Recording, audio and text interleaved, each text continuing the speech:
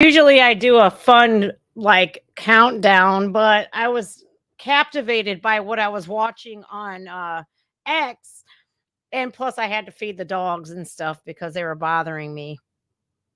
That's why I'm a few minutes late. My apologies. How are you guys? Happy Sunday to you guys.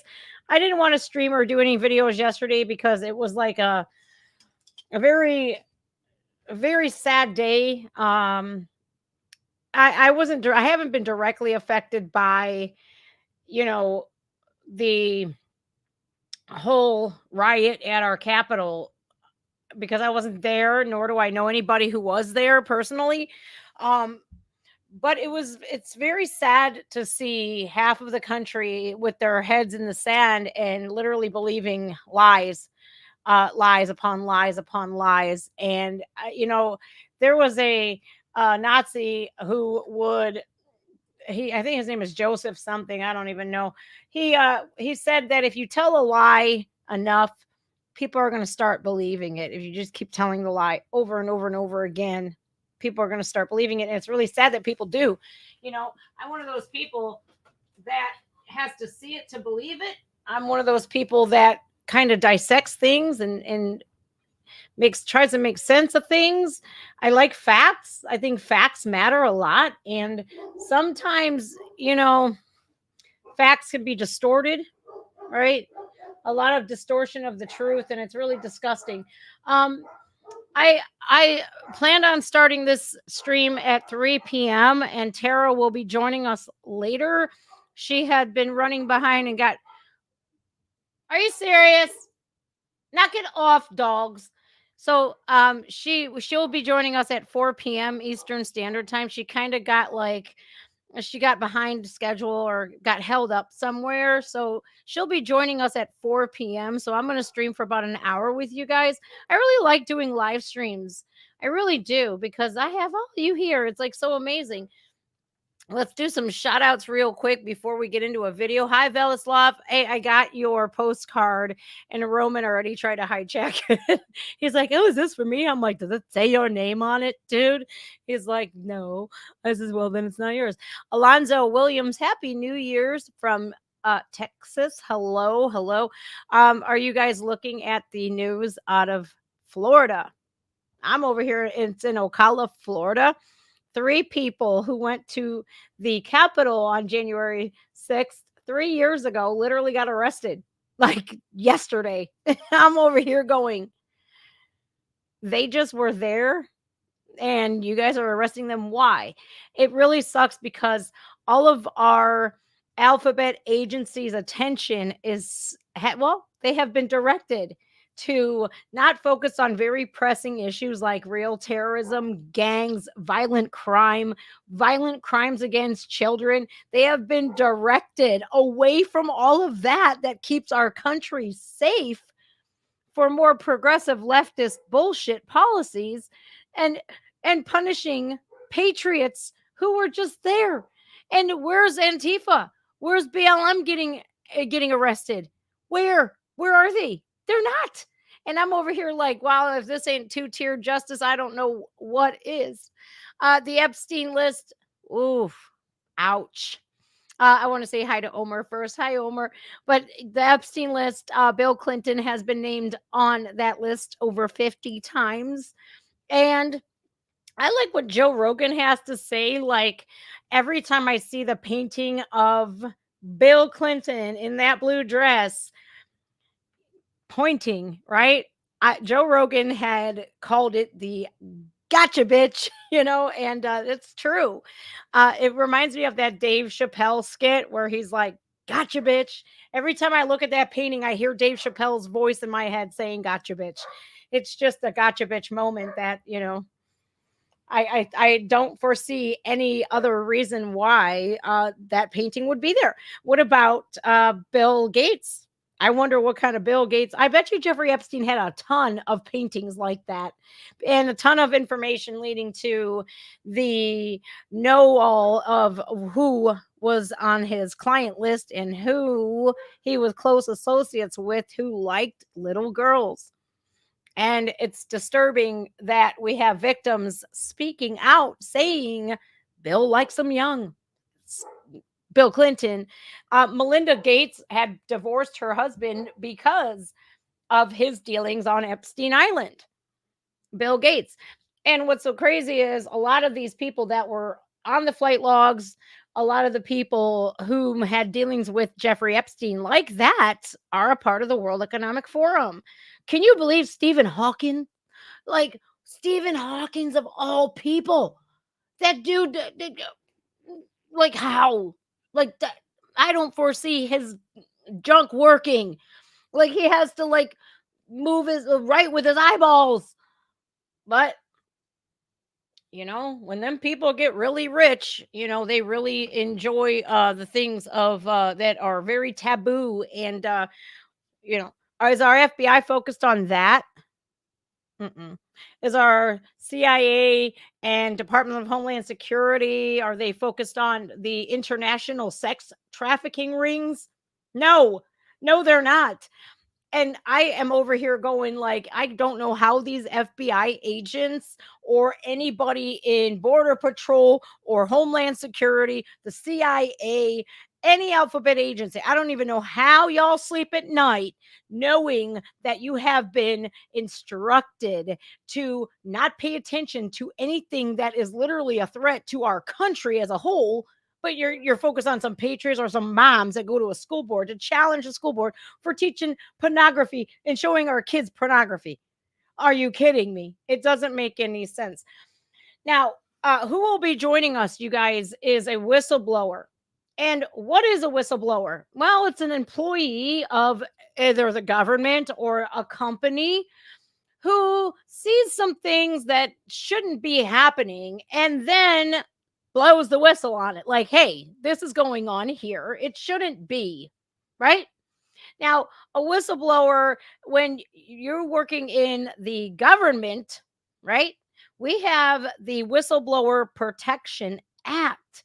And that is a federal law that protects any whistleblowers because they're seeing ethics violations and shit that shouldn't be happening.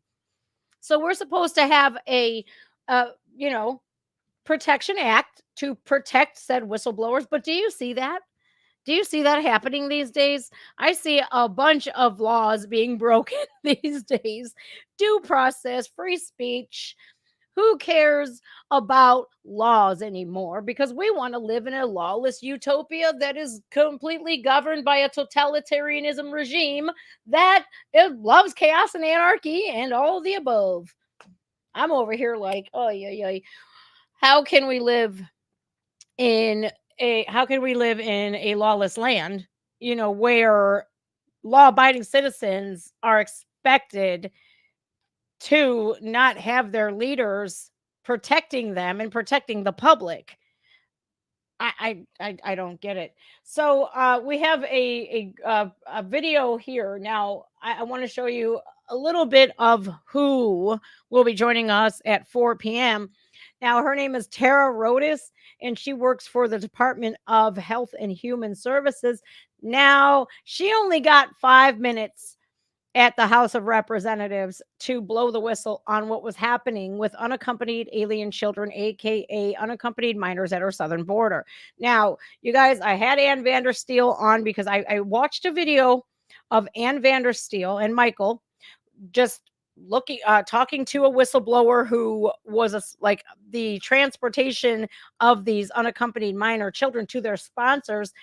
And what they found was so disturbing. And just 85,000 back then, like 2 years ago, 85,000 migrant children, that number is a lot higher these days, right? So I'm watching Anne in this video and I was so like, holy shit, I need to talk to her and get like, what the hell is really happening?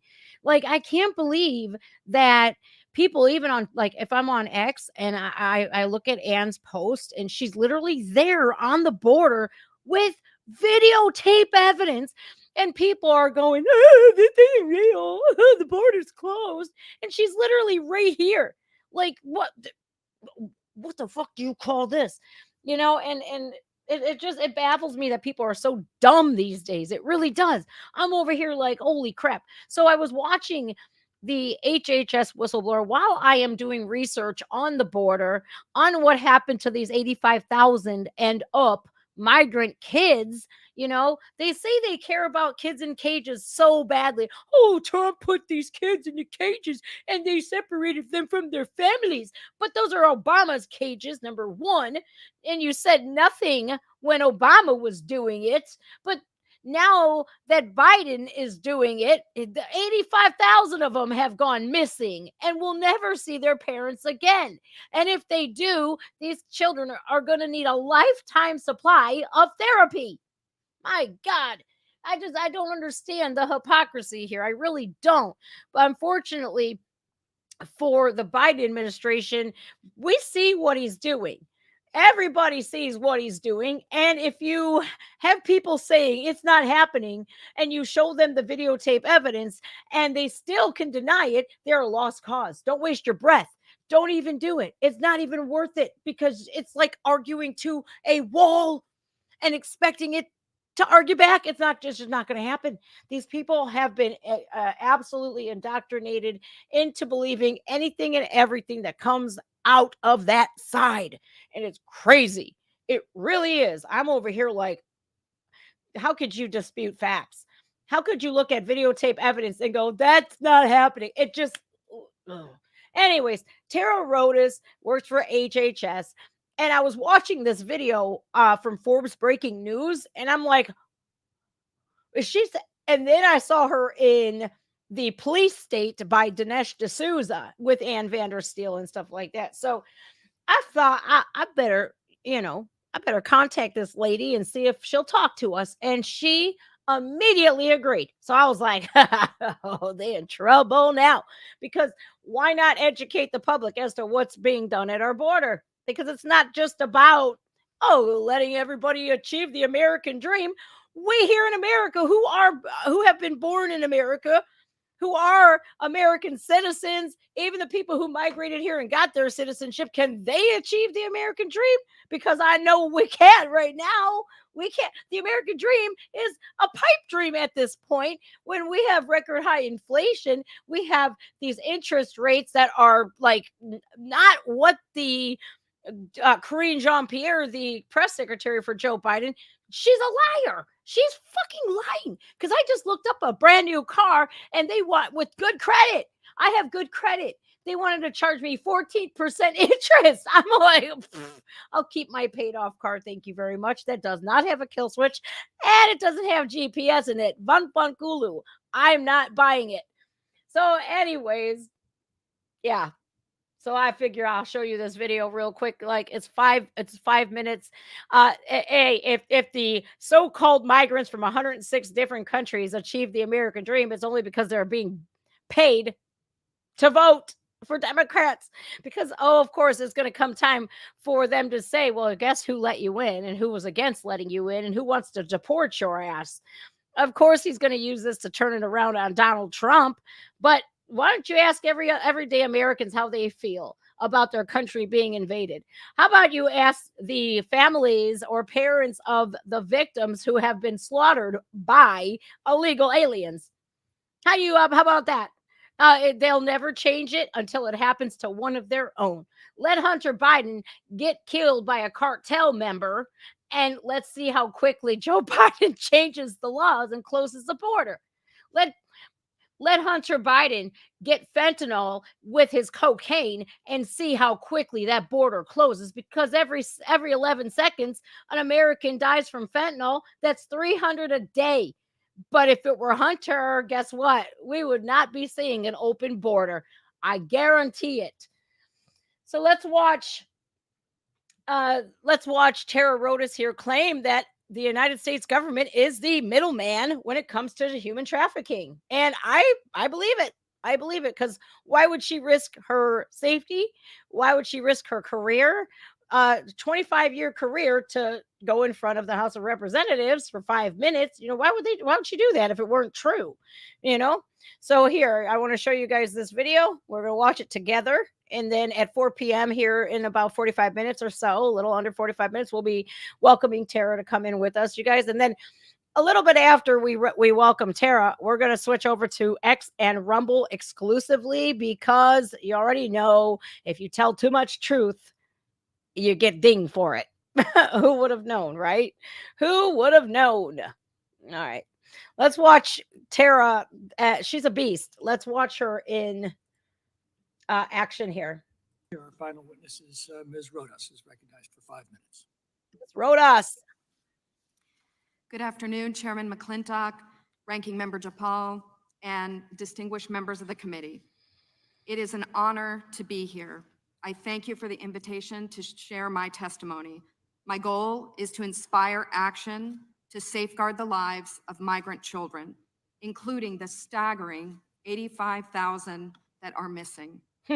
Today, children will work overnight shifts at slaughterhouses, factories, restaurants to pay their debts to smugglers and traffickers.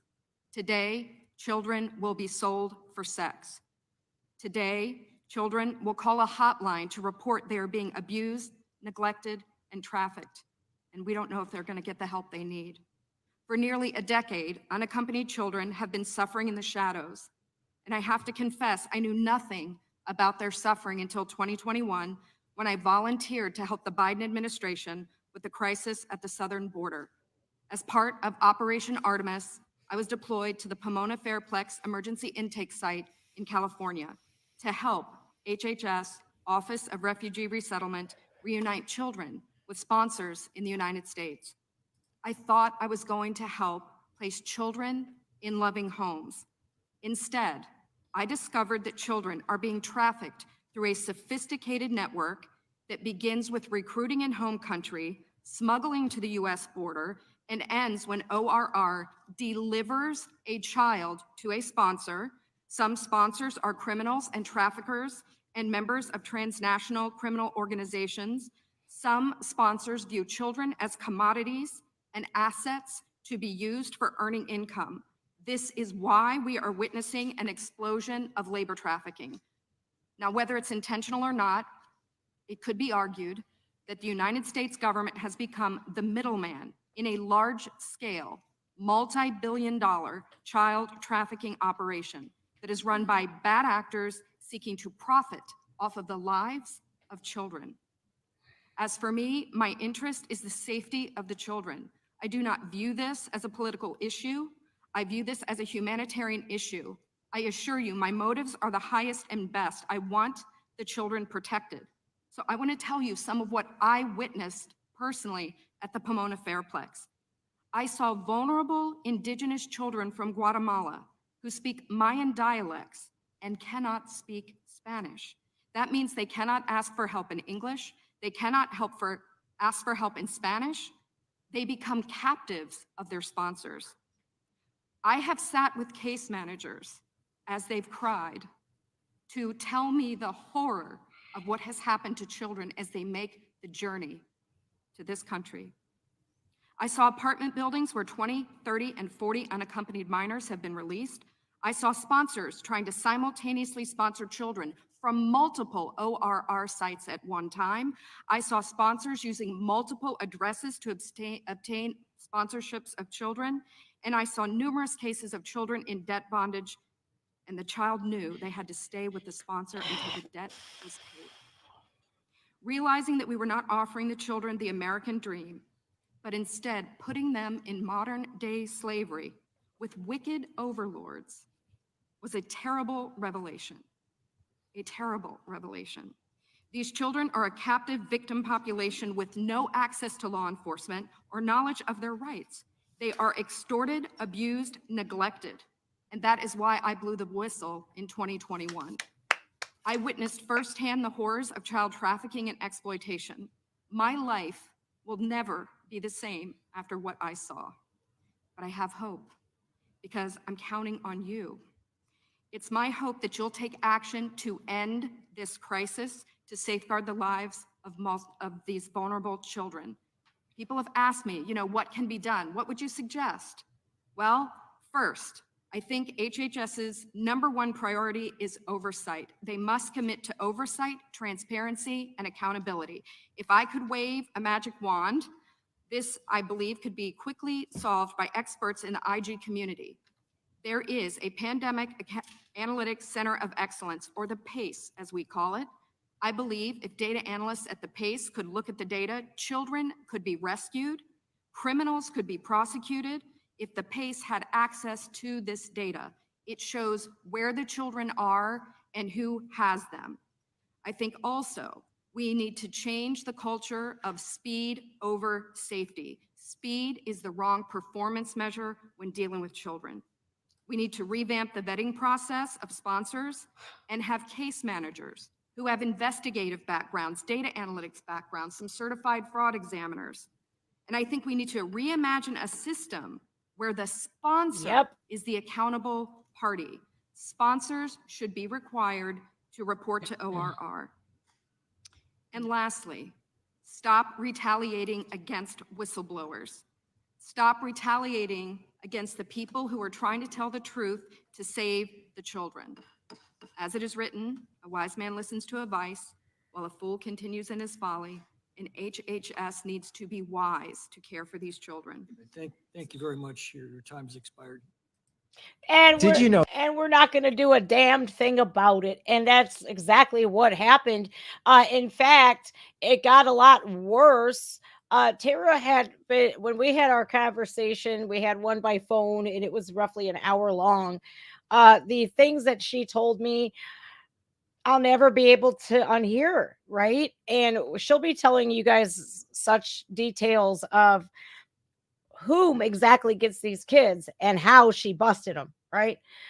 Sadly, when Miss Rodas, went to the House Judiciary Committee, the House of Representatives, what have you, things got a tad worse, because at the end of her 5-minute speech there, you noticed that she was talking about, let's not choose speed over substance, right? Let's not choose to do this in a speedy process. We need to vet the sponsors. How did it get worse?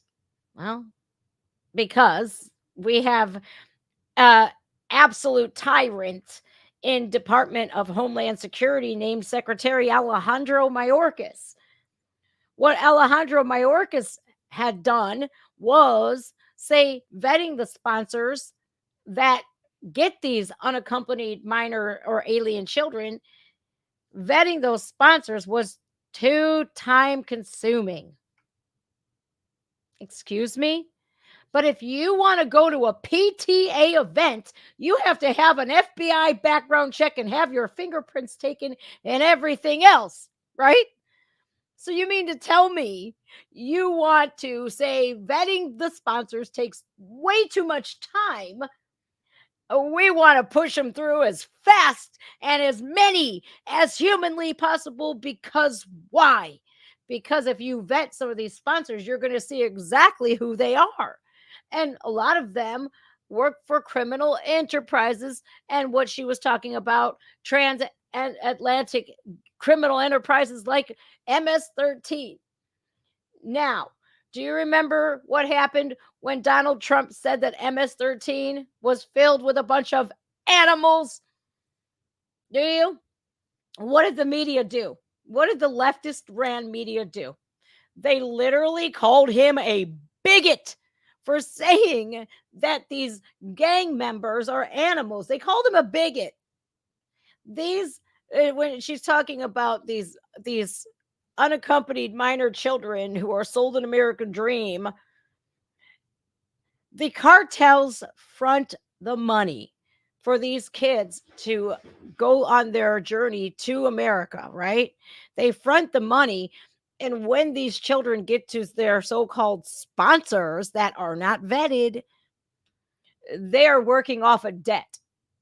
And she says that we're getting phone calls constantly about kids working in slaughterhouses and working their fingers to the bone, not getting adequate pay. They're not getting held to OSHA standards. They're not getting health benefits. They're getting taken advantage of. This is modern day slavery at its best. And again, this is another reason why the progressive leftists will focus your attention on the slavery that ended well over 150 years ago, because why would they want your attention on the slavery that is thriving today? It doesn't make sense to me. It really doesn't. And I'm over here debating to myself like every day, because conservatives get the shit end of the stick. We get labeled as bigots and homophobes and racists all the time, even though we're not anything of the sort, right? So I'm over here debating to myself like, gee, why would I choose to be on the conservative side? And it's easy every time. It really is. It's not that difficult. Either you're going to be on the side that is for the good, or you're going to be on the side that's for the evil. And for anybody to look at all of these insurgents and these invaders coming up through our borders, if you're looking at them like, well, they deserve the American dream too. I'm sorry. I hate to break and burst your bubble, but there is a legal process that hundreds of thousands, if not millions of people had to go through themselves, where they have to learn our executive branches, where they have to, the three branches of our government, they have to learn our Constitution. They have to pay a lot of money for citizenship courses. They have to know what the Pledge of Allegiance is. So you're going to bypass all of that, right? What do you think that these people who are coming up through our border are going to be treated fairly? You're sadly mistaken. Because if you are a United States citizen and you go through the citizenship process, you can't be taken advantage of. You could legally vote. You could legally get a driver's license. You could legally get car insurance, and nobody's going to be taking advantage of you. This was planned. This was an absolute plan. And there's a few things behind it, I believe. And this is allegedly, YouTube, allegedly. I think number one, votes. They want the votes. And if you can see already, Chicago and every sanctuary state that has labeled themselves as sanctuary cities, they're already giving people driver's licenses and rights to vote. I'm over here like, what the but let you commit a felony and you will not be able to vote, and you've been living here all your life. That's ridiculous. So that's one reason I think, I'm speculating here, is the votes. The second is, well, because of human trafficking. That a child and a woman and a little boy can be sold over and over and over and over and over again, whereas drugs can only be bought and sold once. That's it. So I think it has plenty to do with the votes to aid in modern day slavery, whether it be labor or sex trafficking. It's one and the same. And also, I believe that, which this is the wildest, and call me a conspiracy theorist or not, I consider myself a realist, to outnumber the conservative Christian, especially the white, because white was once we're the majority, right? We are the majority. And what's so great about the conservative movement, and this is a main reason why I'm a proud conservative. We have no problem with being patriotic. We would never burn an American flag. We know the Pledge of Allegiance. We cry during the national anthem and stand up. We honor our veterans, and we are the most united group that you'd ever see. Like, do you see leftists when they're not woke enough? They literally bite their own heads off. Like, it's crazy. It's like there is no loyalty amongst the left. Like, if you don't agree with them 100% of the time, they'll turn their back on you quicker than shit. And I'm over here like, nope. And I really do thank God every day that I'm a conservative, because we are the unified group. I can't roll with a side that literally thinks that the American flag is offensive. If you're offended, you could leave. You're free. Oh, wait, no, you can't, right? You can come into America without documentation and come through illegally. You just can't leave illegally. Ah, gotcha. It's really crazy. And today, was I talking about the people in Florida? There was 3 people in Florida who were just arrested for being at the Capitol, being there. It's insane. A constitutional conservative, that's a great thing to be. It's absolutely, you have no reason to be ashamed of that. You know, we should all, when did they stop teaching the Constitution in school? Because I can remember learning about the constitutional rights and learning about the 3 branches of our government. I I remember that. I remember what the Declaration of Independence is. I remember what the Liberty Bell stood for. Yeah, whatever happened to that? Whatever happened to real history and being taught the government? We had like government classes, and now they don't teach any of that. Instead, we have a bunch of teachers who masquerade as educators, but in true form, they really are indoctrinating our children. And it's really sad because I don't see how any parent could send their child to the wolves like that. I don't. Like, I don't know, you guys. I think it's really bad.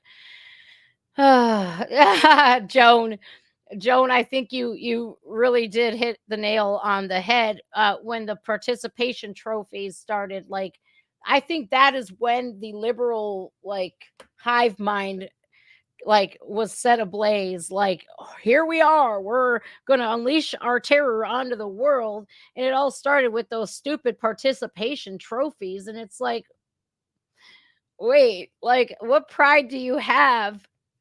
What pride do you have in getting a a trophy or an award just for being there, just for breathing?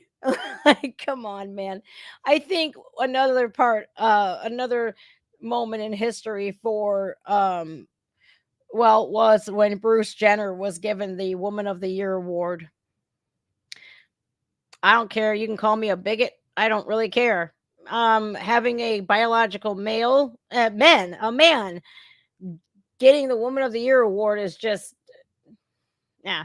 And I appreciate Bruce for speaking up, right? I do. I appreciate Bruce for being a Trumper and a conservative and all this, that, and the other. But if you really gave a shit, you would say, I'm not a biological woman. I'm not a woman, period. Why do we even have to say biological woman at all? It's ridiculous.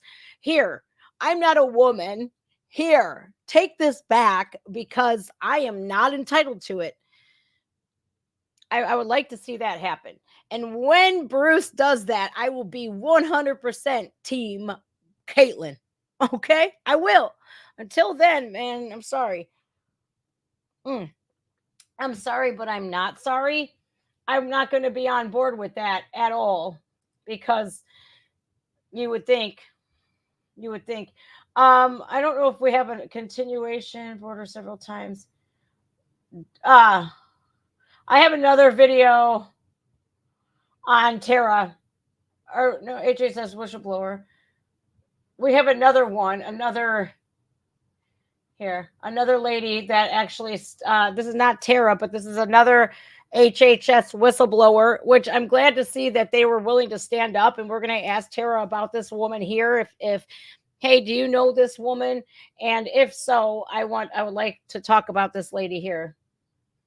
Here's one thing you need to do course, before buying I have anything ads online. on 'cause I'm Don't not spend giving another them no dime more on Amazon money. until you watch this first. Don't spend any dimes on Amazon. They're from the As WEF. everyone else, and we're creating perverse incentives. And unfortunately, I'm sorry. I didn't mean to do that. I have to rewind this here. I actually went to the border many times, and last Congress and recently did. And it's unfortunately that it's not a bipartisan issue because, I'm Thanks, a mother of Steve. 2 teenage girls. And if I would do what done to some of these children, I would be in jail for child neglect. And these kids deserve the same level of protection as everyone else, and we're creating perverse incentives. And unfortunately, I think the pendulum has swung too far with this administration because they really wanted to quickly push kids out of care, that they don't have overwhelmed shelters versus worrying about safety. Because when I went several years ago to Texas to some of the shelters, and I think people who work there was very disturbed that proper background checks were not used, and COVID was used as a pretense to do that. And I don't know, Ms. Rodas, if you're aware or not, or any of you, that did it stop because we don't have COVID pandemic now? Is it still, did background check? I mean, it was inexcusable to use COVID, not really to worry about safety of the children. But you know, if this guidance and this field guidance is still in place, so now they're doing better checks. Are you aware, any of you?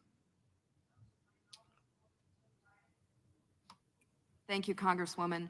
To my knowledge, all of the field guidance that was put in place is still in place, which means that background checks for household members are no longer required. So in instances where a person is sponsoring and there's 5 other adult males in the room or in the dwelling, none of them need to go through any type of background check at all. So it is a system that is easily abused, because there are situations where when reporters go knocking on the doors, they're finding a child, unrelated, female, and male as well, living with 5 or 6 adults to whom they are not related. Wow. Now that is a huge, huge, huge, huge bombshell. Now, again, I was talking, we'll finish watching this in a second. Again, I'm going to bring up the whole, if you want to be a chaperone at your child's field trip at school, you have to go through a background check and get fingerprinted and everything, and have a BCI, which is a Bureau of Criminal Investigations, do a background check on you. Your fingerprints and your photo is taken at the local police departments. But you mean to tell me that these minor children can go to a sponsor's house where they are accompanied by these over five different people who are not blood related to them at all, and none of them have to be? So what if they're on the sex offender registry? Thank you, Alejandro Mayorkas. You show us every day why you should have not only been impeached a long time ago, but you should be behind bars.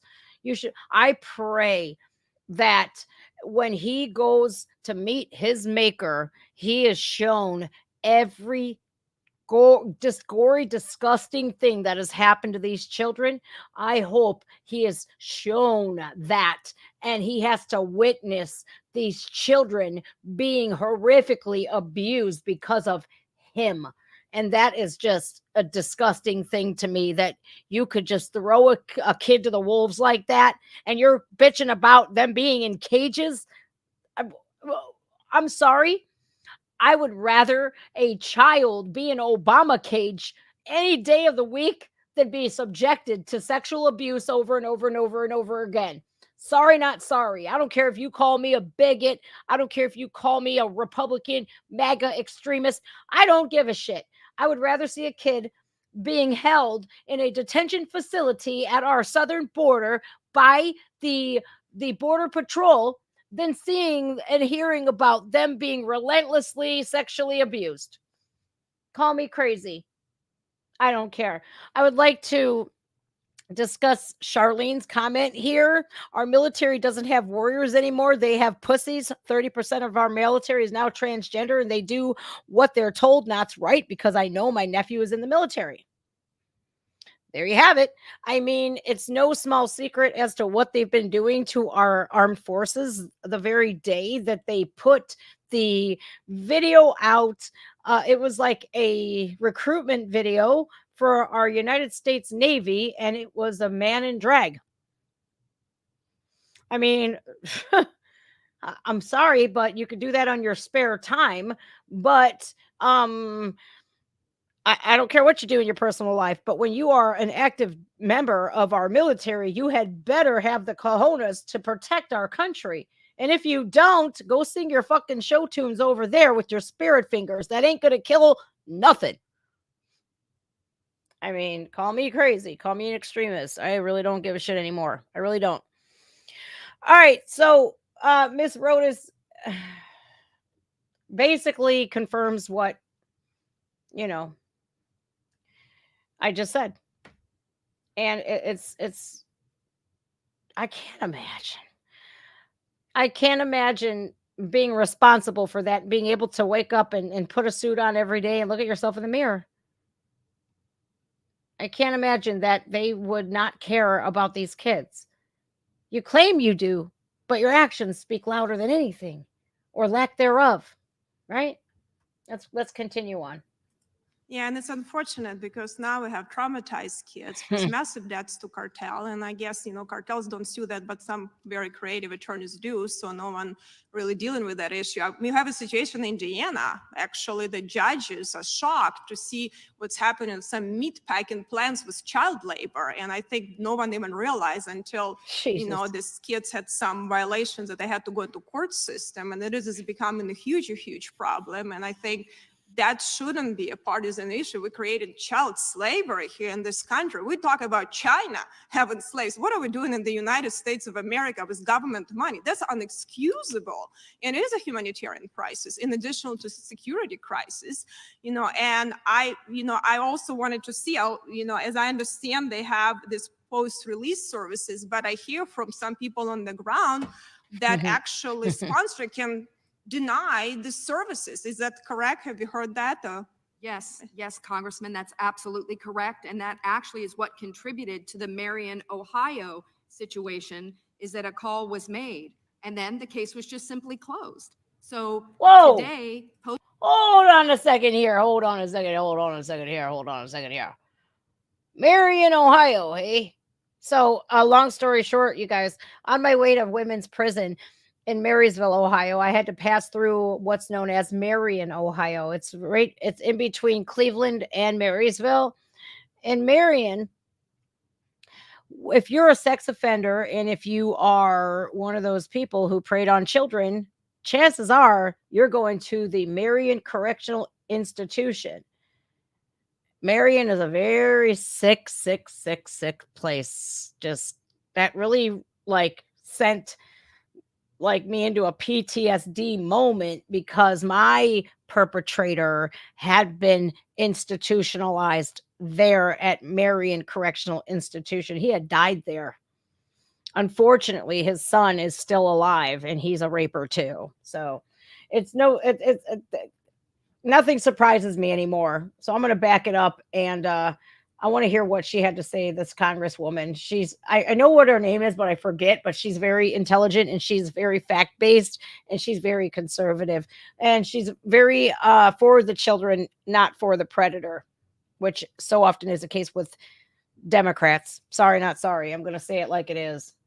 And it is a humanitarian crisis in addition to security crisis, and I also wanted to see how, as I understand, they have this post-release services, but I hear from some people on the ground that actually sponsor can deny the services. Is that correct? Have you heard that?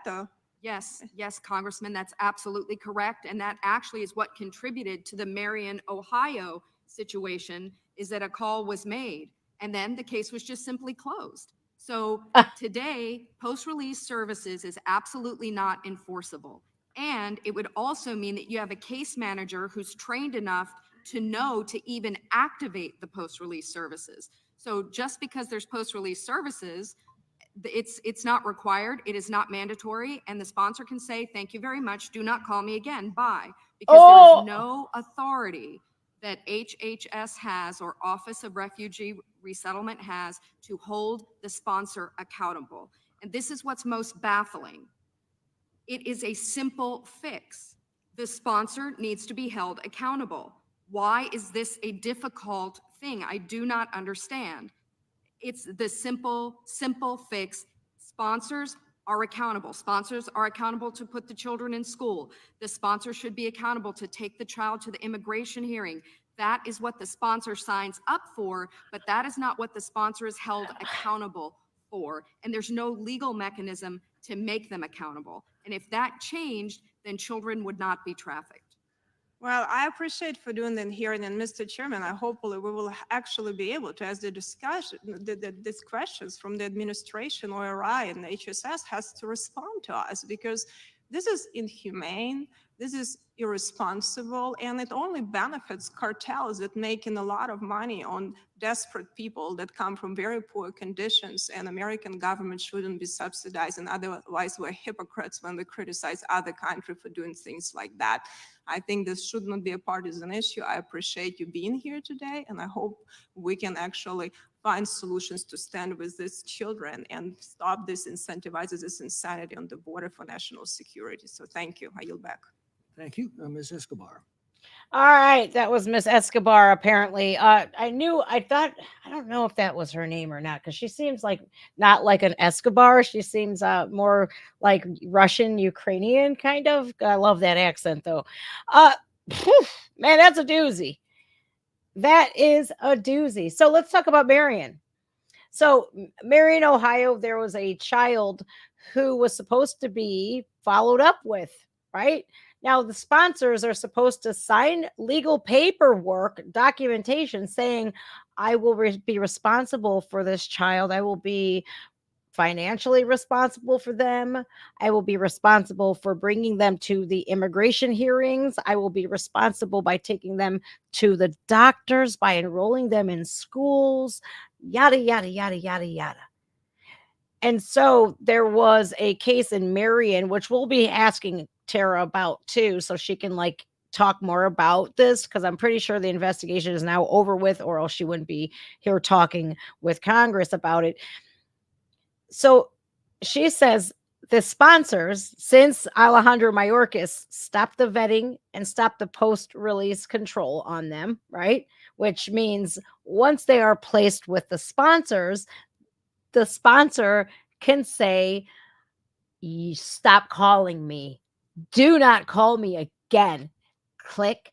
And HHS just has to go, okay. Are you kidding me?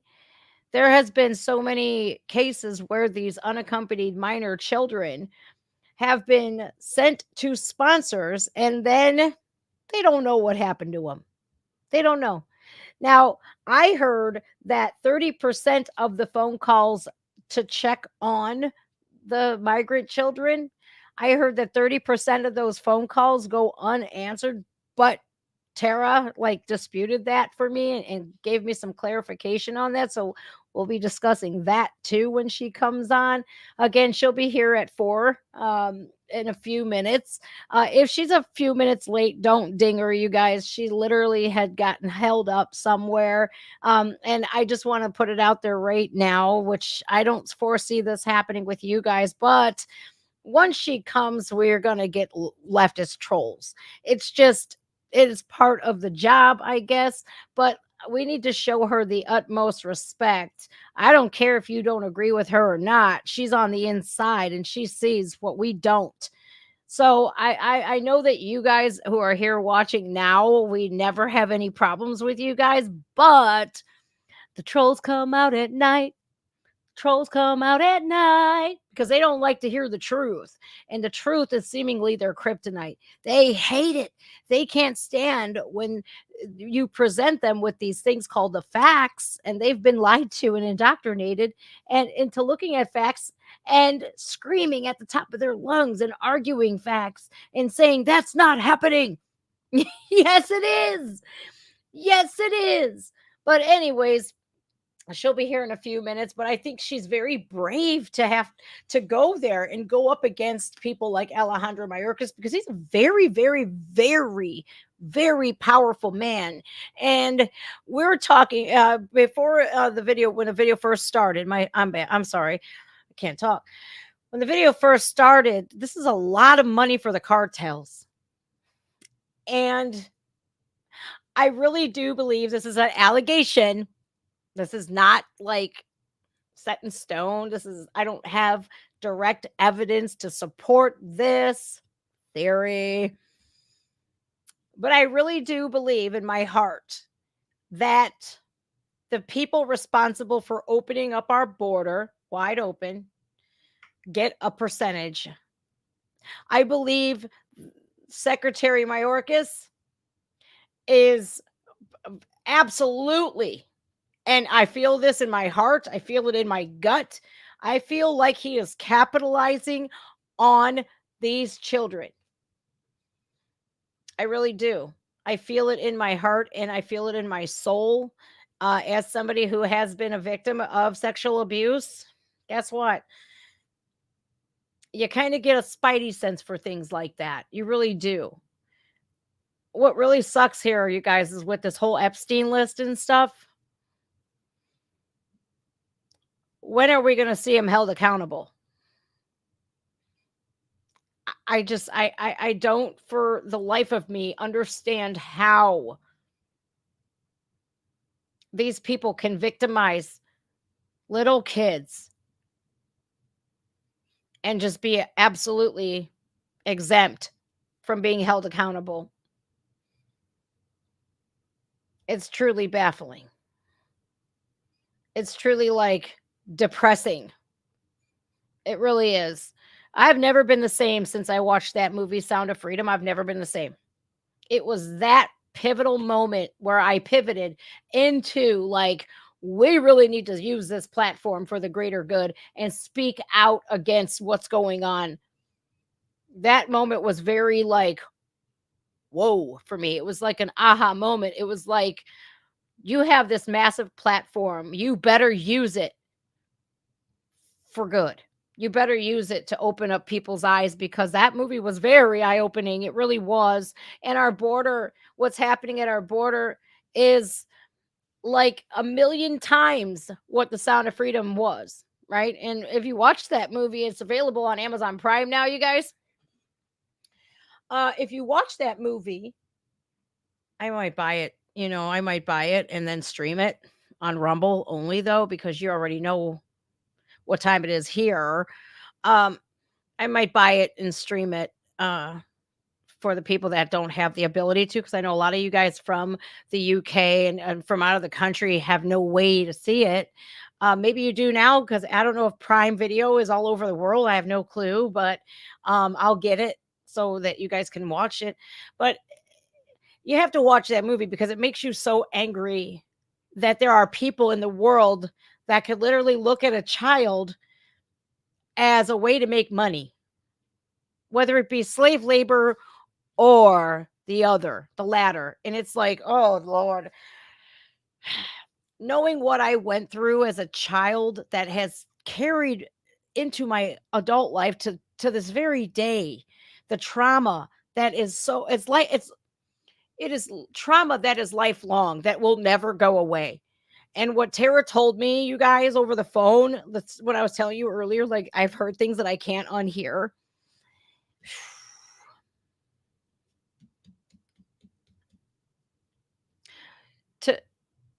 To know what these kids, what they're going through. Like, I know what I went through and it fucking sucked. It stays with me to this very day. But what she found them doing to these little kids, and it is nothing short of just tragic. It's tragic. And not only is it tragic, but it is disgusting,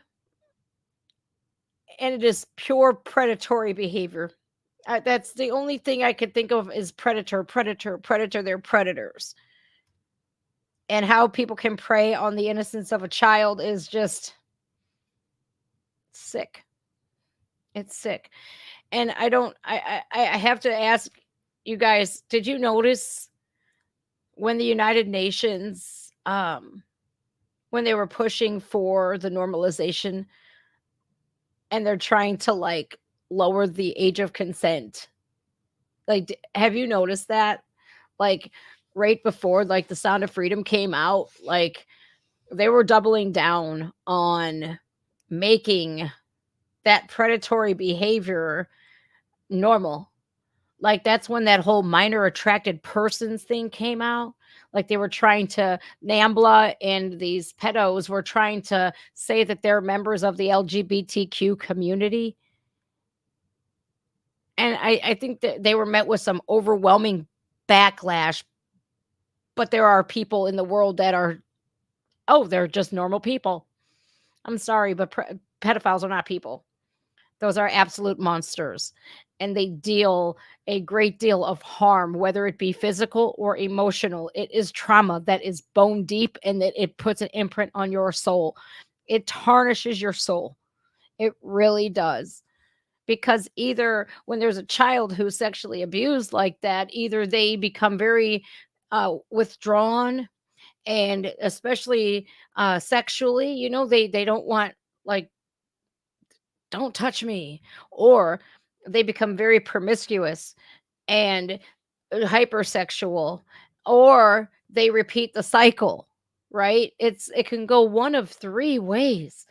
And it literally, a lot of the times too, children who have been sexually abused, they look at their sex organs, like, I don't even want to look at it. Like, they are so traumatized.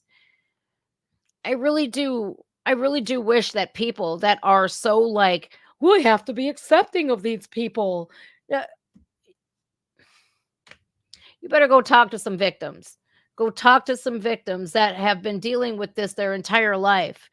Go sit in. I wish we could. I wish we could sit in on what it, or even if you look at a video of an interview of a child who has been sexually abused, you to see how traumatized they really are. Like, I can't look at a child in that manner, and how anybody can. They deserve to be shot in the head. I don't give a fuck. I don't. Like, you deserve a bullet right here. And maybe just maybe somewhere where it misses and you have to go through some major pain before you meet your demise. Because I feel like those people are the worst of the worst. And California, Scott Wiener, you literally should be in hell. These people, they were gay activists in Atlanta, and they had adopted two little boys, and they were very big in the LGBTQ community, right? They adopted two boys, and they filmed themselves sexually abusing these boys. You heard about it maybe one day in the media, and then the rest was like, shh, don't say nothing.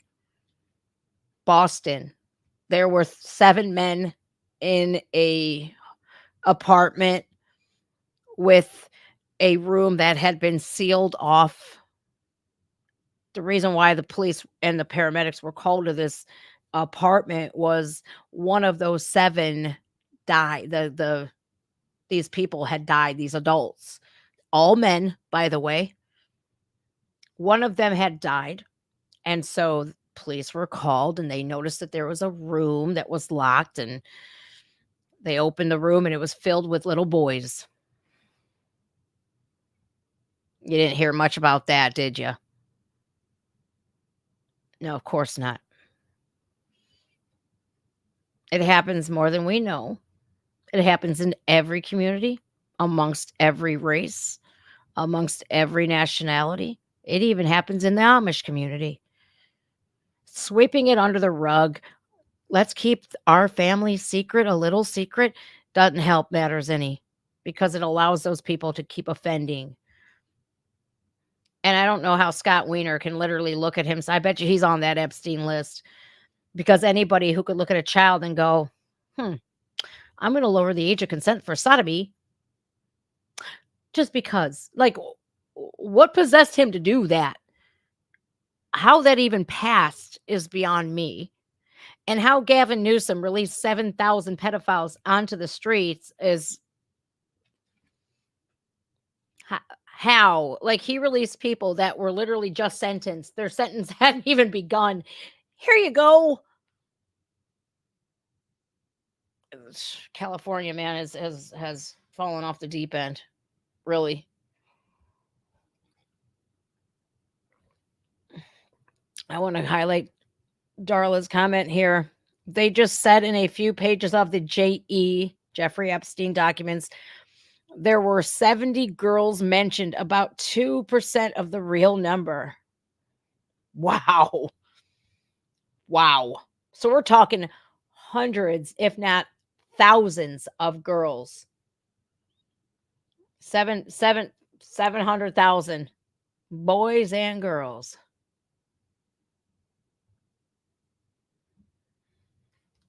How anybody could want to inflict that type of harm onto a child that will leave them with lifelong trauma, just for what?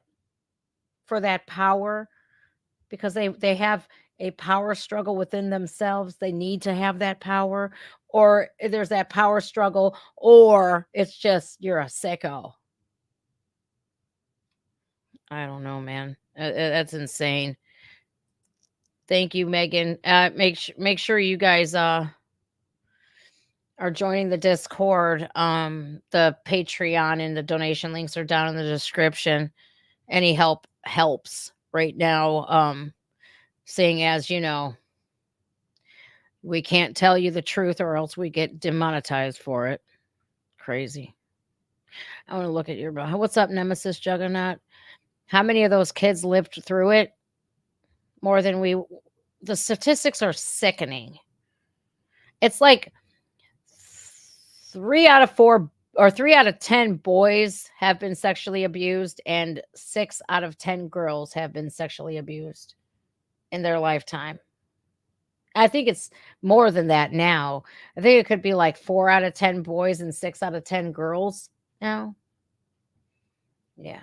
Somewhere around the world right now, a child is getting sexually abused. It happens like every 3 seconds, I believe. Every 3 seconds, a child. They have the facts listed up there. They have the facts and the statistics on the internet. It's have you ever stared at statistics and they scream at you? It's deafening, and you're like, wow. I was shocked to learn that 300 Americans every day are dying from fentanyl, and the border's not closed. 300. Every 11 seconds, somebody dies from fentanyl. Every 11 seconds. Yeah. But every 3 seconds, somebody is sexually abused. Some kid is sexually abused. Yeah. It's really, really terrible. I don't know how anybody could look at a child like that. I remember the look that I got from my predator, and he had that predatory look on his face, like I was a piece of meat, and it really, I'll never get that look out of my face. Never. So I got Twitter here. I got my X page. I hope you're following me there. My Twitter handle is @reactsgen. It's in my description of all my videos. Let me see. It's @reactsgen on X. Make sure you're following me there because I do post some pretty good stuff, you guys. I want to see your jewelry. I want to see your jewelry. Oh, here we go. We already have a troll. You're going to get blocked. If my moderators, I've already instructed them today, if they got it, don't spam the chat, number one. It's not going to get any more attention than anybody else because everybody here is equal, and we don't play favorites here. We just don't spam the chat. And if they have to warn you once, that's it. You don't get a second chance. I've already instructed them to block people. And yes, I am all about free speech, but is this a free speech platform? Is it? The only free speech platforms that I'm on right now, hopefully simultaneously, because that's what I planned it to do. I don't know if it's only live on YouTube. I don't know because I haven't even checked. But this is not a free speech platform. this is our channel. This is the community that we are respectful to our guests. We're respectful to the moderators and respectful to each other in the chat. And if you are not, guess what? Bye. That's what happens. All right. So it's Tiff posted this on Twitter or X. I don't know what to call it anymore. I just call it X or Twitter or whichever it is. Let's see. Obama. Oh, you might want to look at this one. Obama has awarded 45%. Oh, here we are. Obama has awarded 45% of the Epstein client list. Mr. and Mrs. Obama pimped out their daughter to Harvey Weinstein. Well, I mean, that is not their daughter, but neither of them are. Pimped out their daughter to Harvey Weinstein, knowing he was raping women in Hollywood for over 20 years. Joe Biden and his crackhead son are notorious pedophiles. Lawmakers in D.C. are warned to keep their wives and children away from Joe Biden. Hillary knew about Bill Clinton's underage girls graping fetish and protected him for decades. She is a pedo herself, who back in 1975 laughed after successfully defending a child rapist. Wow. Oprah's close friends are all pedos and rapists and frequent flyer miles to Epstein Island. Her personal faith healer was arrested for raping over 600 women and young girls. I remember that. I also think that you forgot. Hey, Tiff, you forgot one thing. She personally handpicked all of the girls at her Oprah School for Girls in South Africa, where a plethora of them have not only gone missing, but they have been sexually abused as well. Now here is our probably the person that the Democrats are going to throw in to the 2024 presidential race. Here is Michelle Obama, and if you guys get a chance, please watch. It's called Michelle Obama 2024. It's by Joel. I forget his last name, but it's on Amazon Prime, and it's very telling about Big Mike. I want to start by thanking Harvey Weinstein for organizing this amazing day. Harvey. Look at Oprah clapping in the background. This is possible because of Harvey. He Oprah. is a wonderful human being, a good friend, and just a powerhouse. And the fact that he and his team took the time to make this happen for all of you should say something, not about me or about this place, but about you. All right, everybody, we are here because of you. Yikes. And look at Oprah Winfrey in the background. Or not Oprah, I'm sorry. Did I say Oprah? Whoopi Goldberg. Whoopi in the background. I wonder if I wish I could go on The View. I really do, because I'd throw all this up in their faces. Oh, you want to display your TDS, do you? Well, how about the time where you were clapping alongside or right behind your good old friend Big Mike, and you were honoring Harvey Weinstein, who has been a predator of women and little girls for I don't know how long. Never mind the fact that Harvey Weinstein had a very close, intimate relationship with none other than Jeffrey Epstein. Have you seen his autopsy report, dude? Holy crap. Yeah. Not good. It's not good. It's not good. It's not good, man. It is absolutely just, I don't know. It's absolutely, doesn't say that he killed himself. He just fucking was killed, man. His jaw was broken and everything. His jaw was broken. The official ruling was strangulation, not suicide. Oh, isn't that crazy? Oh, the Epstein list. What is this? Ex-doctor who collected images of. Wait, what? All right, we're gonna have to deep dive into this real quick. I'm gonna text Tara too and see what's if she's okay. All right. Unpopular opinion, but I couldn't give a shit about anyone on the Epstein list with an overage prosy. Oh, she's here now. So this ex-doctor collected images of babies being abused, and he has walked free from court. So I'm going to retweet that one, repost, and I'm going to do a deep dive into this because this is kind of bad. Okay. All right. With all that being said, now we watched our video on the House Judiciary Committee with the HHS whistleblower, Miss Rodas, and she is here with us now. I thank you guys for hanging out with me, and let's give her a nice warm welcome. And here she is. Hi. Hello. Thank you for coming. I appreciate you. Absolutely. Thank you so much for having me on today to talk about government-sponsored, taxpayer-funded child trafficking. So I really appreciate you. Thank you so very much. Yeah, you're welcome. And nothing chaps my rear end even more of knowing that my tax dollars are going towards that. Jen, I know. Honestly, had I not seen it with my own eyes, I couldn't even believe it.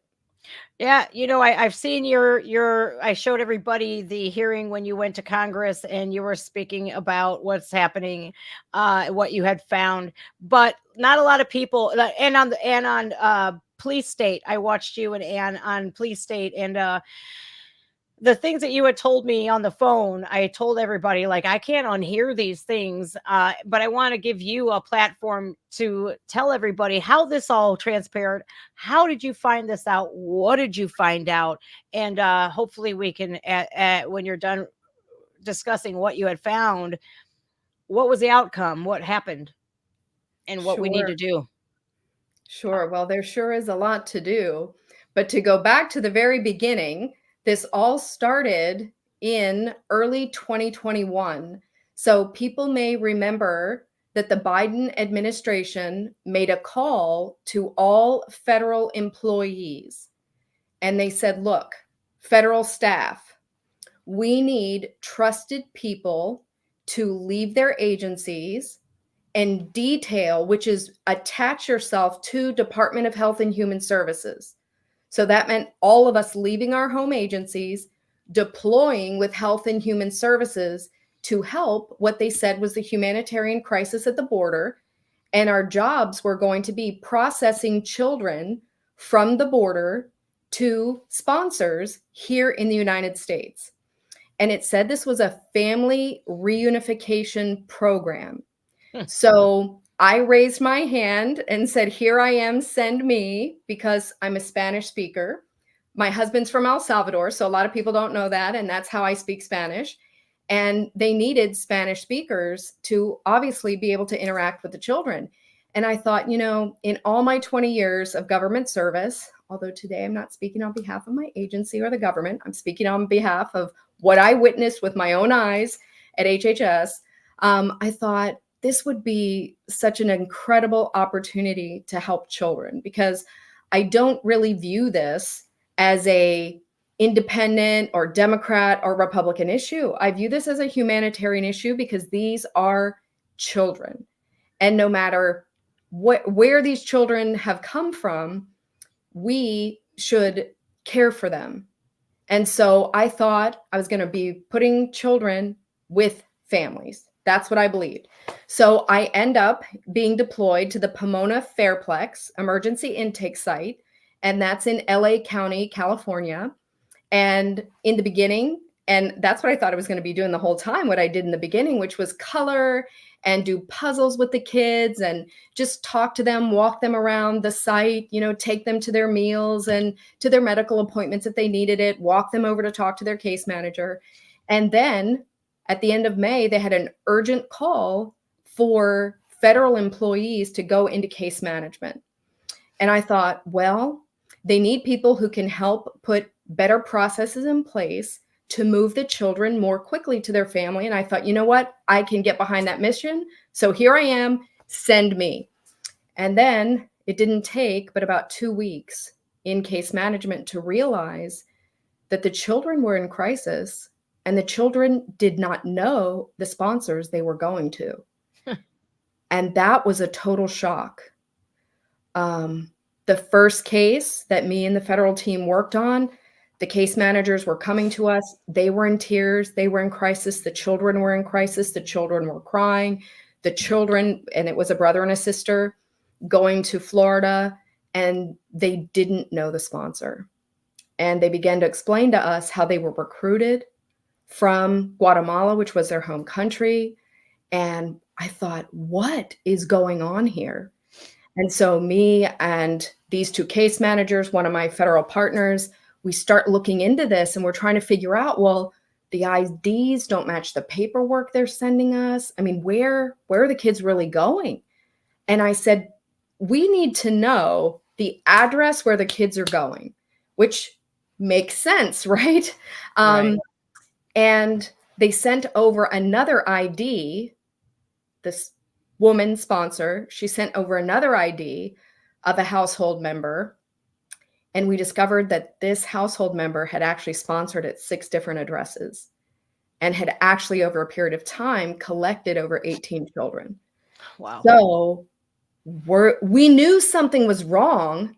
We just didn't know it was trafficking because I didn't know that existed in federal programs. I did not know that federal money was being used to traffic children. I had no idea. So then one of the other whistleblowers, Deborah White, who was also working on this case, she starts looking and finds the 2016 Senate report.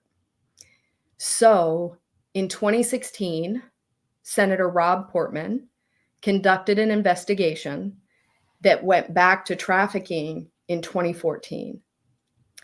And as I'm reading through this report and seeing all the children who had been abused, all the people who had been arrested for trafficking them, I thought they know. The government knows, and they brought us here and they didn't tell us. They didn't say, hey, look out for the safety of the kids. Make sure the kids are going to safe homes. I mean, I'm still stunned by it. So then, by the end of this case, that we turned in a suspicious sponsor. I mean, that's, looking back now, it's hard to believe that we called it suspicious sponsor because we didn't know there was trafficking in the program until we read the Senate report. Yeah. Well, then we were like, okay, we know what all the red flags are. And I'm sure anyone who's listening today would say, yes, it's a red flag if somebody has sponsored 43 children. Yes, it's a red flag if a person is sponsored at 4 or 5 or 6 different addresses. Yeah, it's a red flag if the children are claiming they do not know who this person is. So all these red flags, we then started applying to all the cases that we were working on. And fortunately, there were some other great people from DHS who were part of USCIS on the team. They were in another part of the campus, but they started helping us out like, hey, look, these are the things that you need to look for in trafficking. And they explained to us the difference between smuggling, which is like moving the children across the borders, right, to trafficking, which is using the children and luring them with force, fraud, or coercion. And that would be for the purpose of either labor, sex, or some other unspeakable things they do with the children. So they were helping us and they were getting us educated. And we were going through the stages of grief like every day as we're looking at these cases and learning about what's happening to the children and what has happened over the years.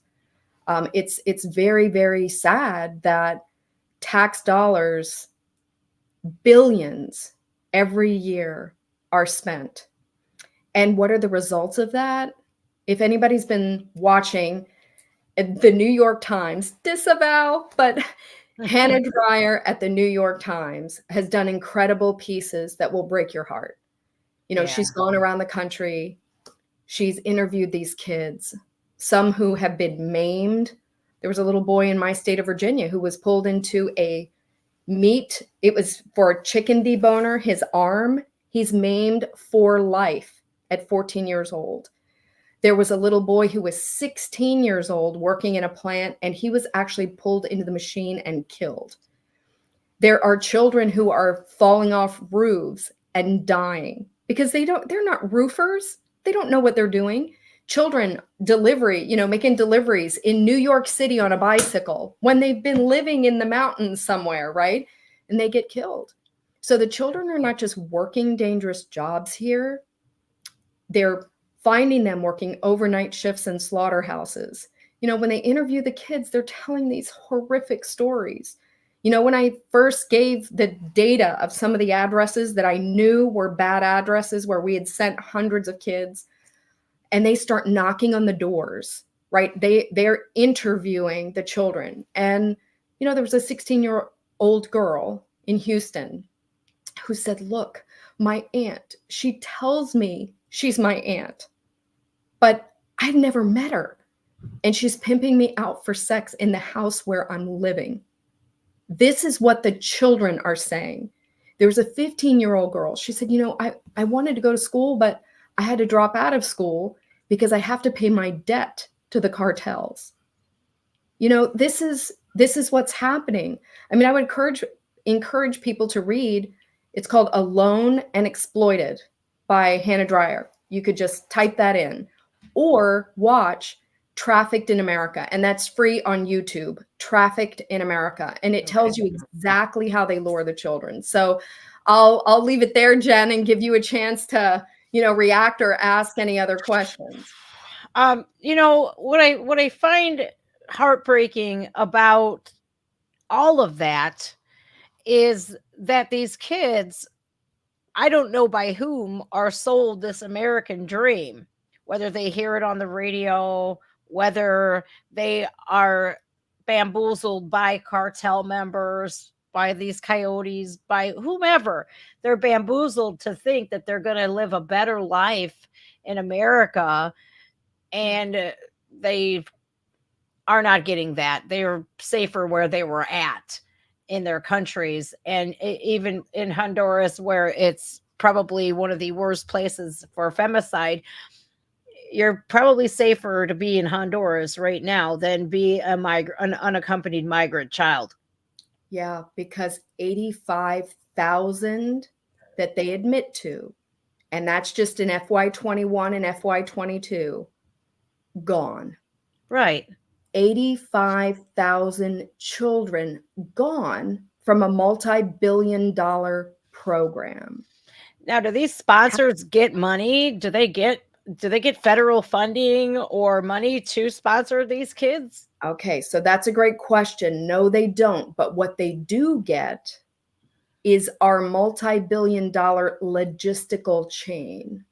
So the trafficker here, and I can give you a perfect example, because you said, the children are bamboozled, right? They are deceived by force, fraud, or coercion. So I'll give you an example. This is a real life case we worked. This was in July of 2021. So remember, I think it's important for your listeners to note that we have been reporting trafficking in this program since June of 2021. We've been sounding the alarm, right? And someone at DHS was actually sounding the alarm since February of 21, but we'll get there. But so in July of 2021, we find out that we have a little boy at our site, and he's telling us that he was working on a coffee farm in Guatemala.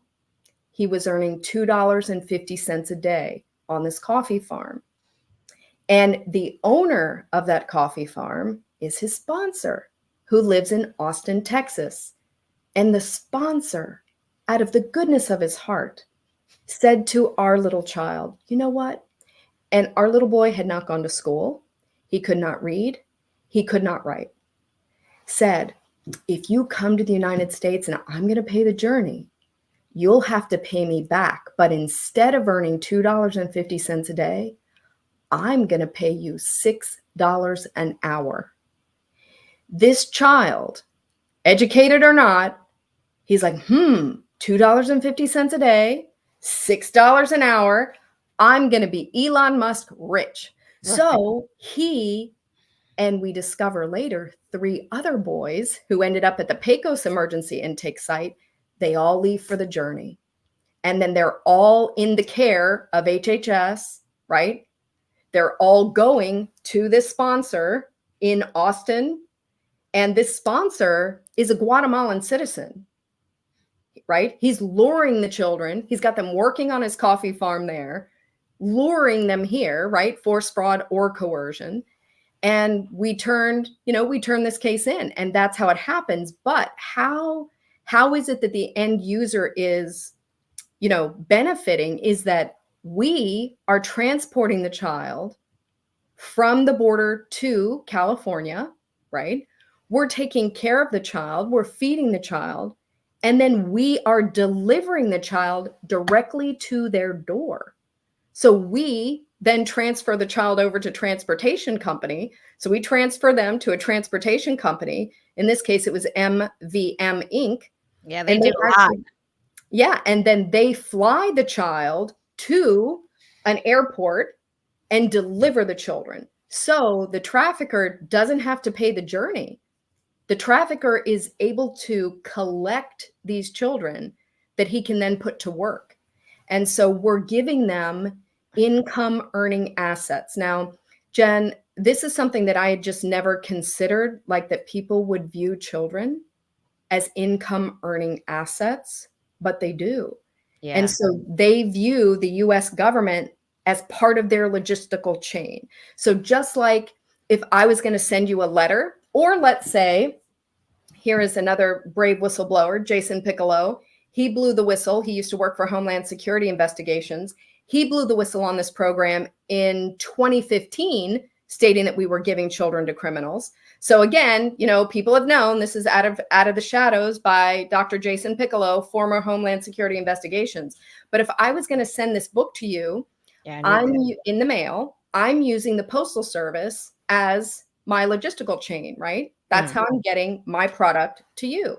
Well, the cartels and the traffickers view the US government as their logistical chain. HHS is taking the children from the border, delivering the children directly to them at airports in baggage claim. That's insane, because Yep. I look at Governor Abbott, like a lot of people look at him in a different light than I do. I look at him with scrutiny, and I look at Governor Abbott as a World Economic Forum puppet. I look at him as that middleman to getting these kids all around. Does he do a lot of great things for the state of Texas? Yes, but he's transporting all of these people all over the country. The agency that is handling the transportation of these migrant children and or whomever, what is that, MCA or something? What is it called? So MVM, that's Mike Victor MVM. Mike Inc. So MVM and a whole bunch of others. So here's what's interesting. But wasn't MVM, isn't that ex-CIA who started? Yes. I knew it. Yeah. So I know, if anybody has ever heard of Craig Sawman Sawyer of Vets for Child Rescue, so he does rescue operations. He actually, when he was overseas working military operations, he actually worked for MVM. So it's interesting, right, that an intel related agency is transporting the children, but it's not just MVM. And it's also important to note that sadly, the US government is supreme. It shouldn't be. And the states need to figure out a way to keep the federal government in check. But right now, the federal government is bypassing all the states. So they're not telling the states, hey, Governor Abbott, these are all the kids and their names and their social security number, which is their A number. Here are their names and numbers, and here are the names and numbers of the sponsors that we're sending them to. They're not doing that. They won't give the names of the sponsors to anyone, not to law enforcement, They don't give it to their oversight agency. They give it to no one. And they have lost control of the program because there's no oversight. But literally, the federal government is superseding all state law. They are transporting these children in the middle of the night to every state in the United States. And people can go on their website and look and see where the kids have been flown to. They can see how many have been flown there. But in the last 3 years, nearly 400,000 children have come across the border unaccompanied. Now, that's only in this one program. That doesn't include all the children coming across the border with supposed family units. Yeah, when we're seeing pictures and videos of these grown men with these little girls and little boys, and the children are looking terrified, and you're seeing Plan B packets and all of this, that, and the other at the border. People are saying this is not happening, and it really is. Now, Mayorkas, he, with Department of Homeland Security, he's Secretary Mayorkas, the sponsorship program, the sponsor vetting of the sponsors, he got rid of the vetting because you made a good point during the Judiciary Committee. You said that we should not we should vet these people more, and instead they're looking at the numbers. They want it fast. They want these kids processed as quickly as possible, like the more the merrier. And Yes. Secretary Mayorkas was instrumental in dismissing the whole vetting process. No background check. Like if we go to a child's our kids are in school and we want to go along with them to just be a chaperone on a field trip, we have to have a BCI background check. We have to be fingerprinted and our photos taken by the police departments. We have to have all of this stuff. But Mayorkas got what was the purpose of getting rid of vetting these? We don't know if they're on the sex offender registry or not. What do you think? Do you think that he should have been gone long ago? Because I do. Well, and what's also interesting, it wasn't just Mayorkas. So he got rid of all of the DNA testing at the border to prove, right? DHS rescinded the DNA testing for suspected fake family units, which they were catching a lot of people bringing children across the border who were not their own. So they were able to rescue those children by doing a 45-minute DNA test on them. But in May of last year, they stopped doing that. So they took that fraud detection system out of the system. Now, why would anybody do that? Unless the goal is to move more kids across the border. Of course. Right? And move things faster. But it was HHS.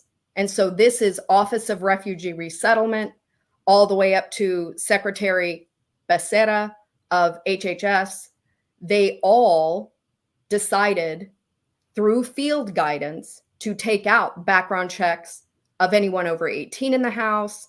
They did what was called an expedited release, meaning that if you claim to be the parent or legal guardian, so if you claim by phone, remember, the case manager, so anybody who's ever dealt with foster care or adoptions, this is going to blow your mind. The case manager never sees the sponsor and never sees the home of the sponsor. It's a telephone call to the number that the child gave to Border Patrol. So it's not like HHS is looking for sponsors. HHS is simply taking the information that was given by the child to Border Patrol. And they're calling that number and saying, hey, Jen, I understand that you're Isabella's aunt. Is that true? And you're like, sure. And you are going to send photos of your documents to me by WhatsApp. Now, That's strange. oh, it's very strange because anyone in law enforcement knows the moment that you take a photograph of a passport or your consular ID, because remember, a majority of the sponsors have no legal presence, so they're not here legally. which is why HHS actually values the anonymity of the sponsor over the safety of the child, because they don't want these people being picked up. So as soon as you take a photograph of any one of those documents, a lot of the security measures are taken out. So you can't hold up the document to see, do you see the shimmer in the paper? Do you see any of the watermarks on the paper? All of those security features are taken out. And the people who are the case managers, if anybody has seen, again, this is also free at americasfuture.net. It's called Where Did the Children Go? You will see me, Deborah White, who was also at the Pomona Fairplex, Myra Moreno, who was a case manager, as well as Carlos Ariano, who was the delivery person for MVM. But Myra Moreno, she was a case manager. She said, I'm not law enforcement. I have no background in doing investigations or looking into people. She's a regular person. So she's receiving information with the goal of move that kid in 10 to 14 days without ever seeing the person, without ever seeing the person's home. And that's what we were doing. We used billions of dollars. Yeah. It doesn't make sense at all. It's really, I know that a lot of people will be, there is no way any government program works like that, especially if you've been involved in foster care or adoption. You'll be stunned, but that's exactly how it works. Now, this has been going on. Now, you were saying Ron Portman put this out way back in, 2016? Yeah. Yeah. Based on the trafficking, there was a huge bust in 2014 of an egg farm in Marion, Ohio. Okay. Okay, good. Because we were Yes. just discussing Marion. I'll get into why I get the heebie-jeebies from Mary, but let us know what happened with the egg farmer. Yeah. So people should watch Trafficked in America. It's on YouTube. It will explain exactly what happened to this case. It has some of the prosecutors. It tells you what these people were convicted of, but it also shows how trafficking works, that lure of how do you bring those children across the border. They had actually, told the parents, if you give the deeds of the land to the trafficker in your community, because the trafficker was trafficking adults. But once this unaccompanied children program moved over to HHS, people saw a way to exploit the system. Bad actors were like, oh, wow, Of course. if I can bring these kids over, they're making so little over in Guatemala. I think in this instance, the boys were making around $1 or $1.50 a day. And then they were coming here, right? They're lured that they're going to be working these great jobs in a chicken farm. And what they found, and you'll see the trailer the boys were living in, it was horrific. It was horrendous. It was awful. They didn't even have a toilet. They had a bucket. And they were threatening the children. They said, you're going to do what I say, or I'm going to kill you or kill your parents. And finally, one of the boys escaped, and he was able to call a family member in Florida. And that family member in Florida was able to get a hold of a sheriff. And then, they started, staking the place out. And fortunately, law enforcement took down this huge trafficking ring in 2014. But it's only now multiplied on a scale that is unthinkable. 85,000 children in 2 years gone. And I've heard, because one of the whistleblowers was actually with the congressional delegation on the border this past week. And he said they were saying they have data that shows over 100,000 children are now gone. Now, I know we can look at the data and show that they lose 1/3 of the kids. So they lost 33% in 21, 34% in 22. So going off those same numbers, if nearly 400,000 children have crossed, extrapolating the data, more than 100,000 kids are gone. I have not seen that in writing. So all I can tell you is that HHS admits 85,000 are gone. So where are 85,000 children? Where are they? Oh, I have a pretty good idea of where they're at. I literally, it's like, hey, only 85,000 are gone.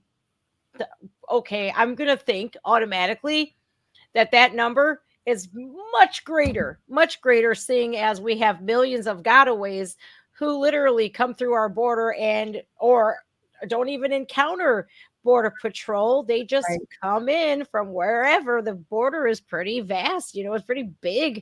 It spans from California to Texas, New Mexico, Arizona, so it's pretty big, our southern border. So I'm guessing that number is a lot higher than it is.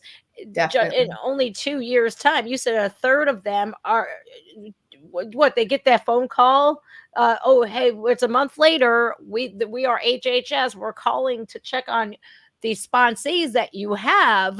Mhm.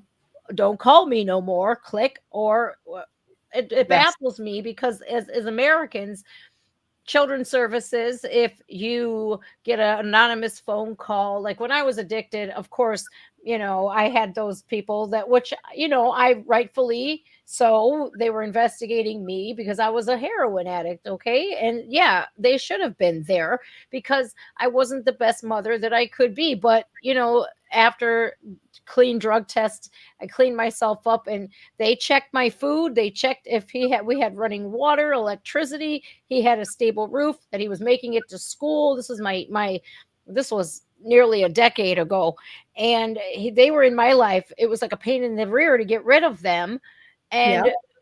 they are so hard on us. And to see how, like, difference from back then, and this was early 2000s, to now, and wait, I can't wrap my head around the same people who are literally saying, well, Trump put these kids in cages, which Obama put in place, but you're not saying anything about probably well over hundreds I'm going to say 200,000. I'm just going to throw a number up there. I don't know personally, but let's say 200,000 children have gone to the wolves, are now either working in dangerous places. Because let's face it, if you're giving an illegal alien work, you don't have to pay them what everybody else has to be paid. You don't have to give them the same standards of care. You don't have to give them health benefits. Well, what if they're sold into sex slavery? Oh, it's so sad that they say nothing about that, but yet they're focused on these kids in cages still from the Trump. I can't believe, like, when can you say for sure, like, this is going to be going on till the end of time, I'm pretty sure, because a child can be sold over and over again. Drugs are only being sold once. Yes. When Donald Trump called MS-13 animals, and he was just right through the coals, what have you run into any gangs when it comes to, because we know the cartels are instrumental in trafficking. What about the gangs? Have you encountered anything like that? Yes, absolutely. And so, Jen, that is a great question. And I think your listeners really need to hear this. So, in February of 2021, brave whistleblower Aaron Stevenson, okay? This is a Marine. 3 tours Iraq, 3 tours Afghanistan, and then a DHS employee. And his Twitter, well, X, his X is at called out DHS. So it's called _out _DHS. So Aaron Stevenson, who's dedicated his entire life, right? He's intel. He's been part of and is the expert on what's called the TOC mission, which is transnational organized crime. So what he's looking at since its inception of this program back in 2015 is he's looking at every time the United States has an encounter with one of these people on the TOC watch list. So these are really serious bad actors. So it was in 2015 when this started.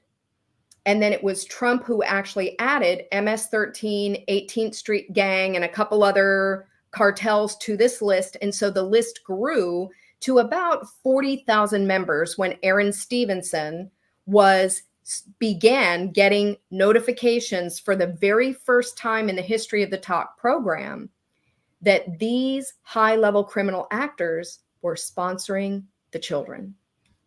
And he's telling everyone at DHS, because he's part of the talk working group, which includes, Intel people, FBI, Department of State, all these people. And people are saying, yeah, but that's not our program.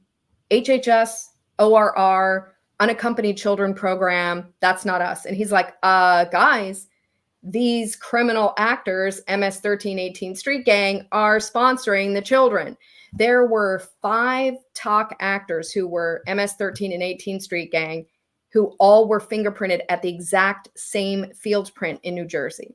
We had one fingerprinted. I mentioned this during my congressional testimony. One was printed right in Washington, D.C., a female member of a gang. So here's the thing. Remember I said my husband's from El Salvador, okay? I know about MS-13 and 18 Street Gang. If anybody even knows what they do to their homeboys for initiation or their homegirls, that's enough to make you want to vomit. These are the people who they're initiating into their gang, into their brotherhood. What they do to them is unspeakable.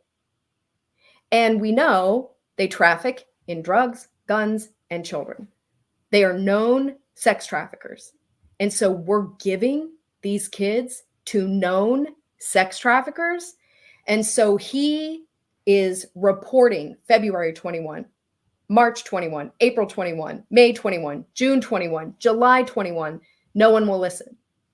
So he goes forward in the press. In August of 21, me, Deborah, Myra, we're sitting on the Pomona Fairplex and we see his disclosure. And he shows the paperwork. He's got the pictures of the 18th Street Gang member, where he was fingerprinted. It specifically says for the UC program. And it's like everything around me stood still. And I was like, okay, not only does the government know that we're trafficking, so HHS knows, but now our entire national security apparatus knows that we're giving children to sex traffickers. This is crazy. And so at that point, we had been reporting through every chain of command. People had been even going outside chains of command. Fortunately, I had some good friends in great offices of inspectors general to help me stay inside the guardrails of reporting high up into the government, but without, going outside of chain of command. And at this point, I realized we have a serious problem. And knowing that MS-13 falls under DOJ, that gave me another avenue of reporting through Department of Justice, Office of Inspector General. So I was able to go that route. And sadly, HHS found out. And because I was the only federal person working the case, they found out I was reporting on this MS-13 case because we found an MS-13 actor. So for anybody who's seen Sound of Freedom, okay, I want you to hear the details of this case because you're not going to believe it. I was not aware, as probably many people were not aware before seeing Sound of Freedom, that women are always involved in the sex trafficking networks. Yep. Okay, Ghislaine Maxwell. Yes. Women are always involved. They're always involved in recruiting. So in the movie Sound of Freedom, it was one of the contestants, right? Miss Cartagena. She was a beauty queen. And she was going around, and her lure, her force, fraud, coercion was, you can be a beauty queen like me. And so she's going to parents, showing them the brochures, all, her on stage, all of these things. And parents would bring their children to a photo shoot. And she'd say, great, be back in 2 hours and we'll have all the photos done by then. And then we'll see what happens. Yeah, parents would come back and the kids were gone. Gone. So female, right? Female. So going back to our case, we start finding out this woman, she self-discloses She served time in El Salvador for her involvement in MS-13. She sends over her adjudication paperwork. So we know that she's a serious criminal actor. We know some of the other high-level criminal actors who she's involved with. And she says, just one day casually, yeah, I work at a hotel. Interesting. Then she sends over an ID of a household member, and that guy's from Sinaloa. Oh no. Oh, yes. And so I keep making updates on this case. And yeah, they found out that I was given the information, high up the chain, above them and outside their chain of command, and they didn't like it. So it took them from the time I reported the case, it took them about 15 days to get me off the case, and then like another 8 to walk me off the site under threat of investigation and took my badge. So they did not want it to get out that MS-13 members were sponsoring children. And this woman who worked at a hotel was sponsoring 2 children, one from our site in Pomona and one from the Fort Bliss emergency intake site. And we heard through the grapevine, we were told that the Fort Bliss, the reason why they released the female at Fort Bliss was the case manager knew about her adjudication paperwork, but said, oh, no. We don't want to talk about that because that could slow down the case. Oh God. I don't know how people sleep at night. Like I don't know how people can sleep at night. I just don't. It doesn't register to me to allow this type of thing to go on. I'd be screaming it from the rooftops. When we talked on the phone, I told everybody, I said, I've heard things that I can't unhear, but you have seen things personally that you cannot unsee. You've found things out that you'll never be able to unfind out. Right. You told me that when doing the investigation with this female gang, this MS-13 gang affiliate, which I think they use these women as a means because women are seen as the nurturers. They're more trustworthy than just some random guy going, I'll make your daughter a beauty queen. Leave her with me. You're going to be more inclined to leave your child with a female rather than some strange guy. So I feel like she knowingly did all this, first of all, for money, just like in Sound of Freedom, and yes. Lots of money. And what you told me, it was so disturbing that I've never got out of my head since we had that conversation before Christmas, that they're prepping these kids with material, to basically show them, hey, this is what you're going to be doing. And can you talk a little bit about that, basic grooming? Sure. And Jen, that's why, again, I say this isn't a independent issue or Republican issue or a Democratic issue. This is a war in children issue. This is what's right and what's wrong. And I'll say what's good and what's evil. Yeah. So a trafficker uses pornography to train the children on what to do. And that should scare every parent.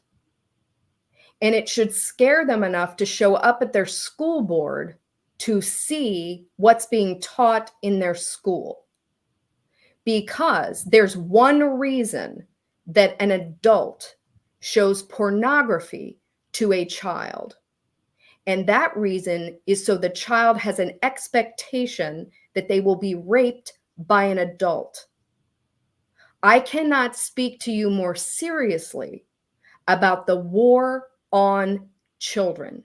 They are using pornography to teach children what to do with adults.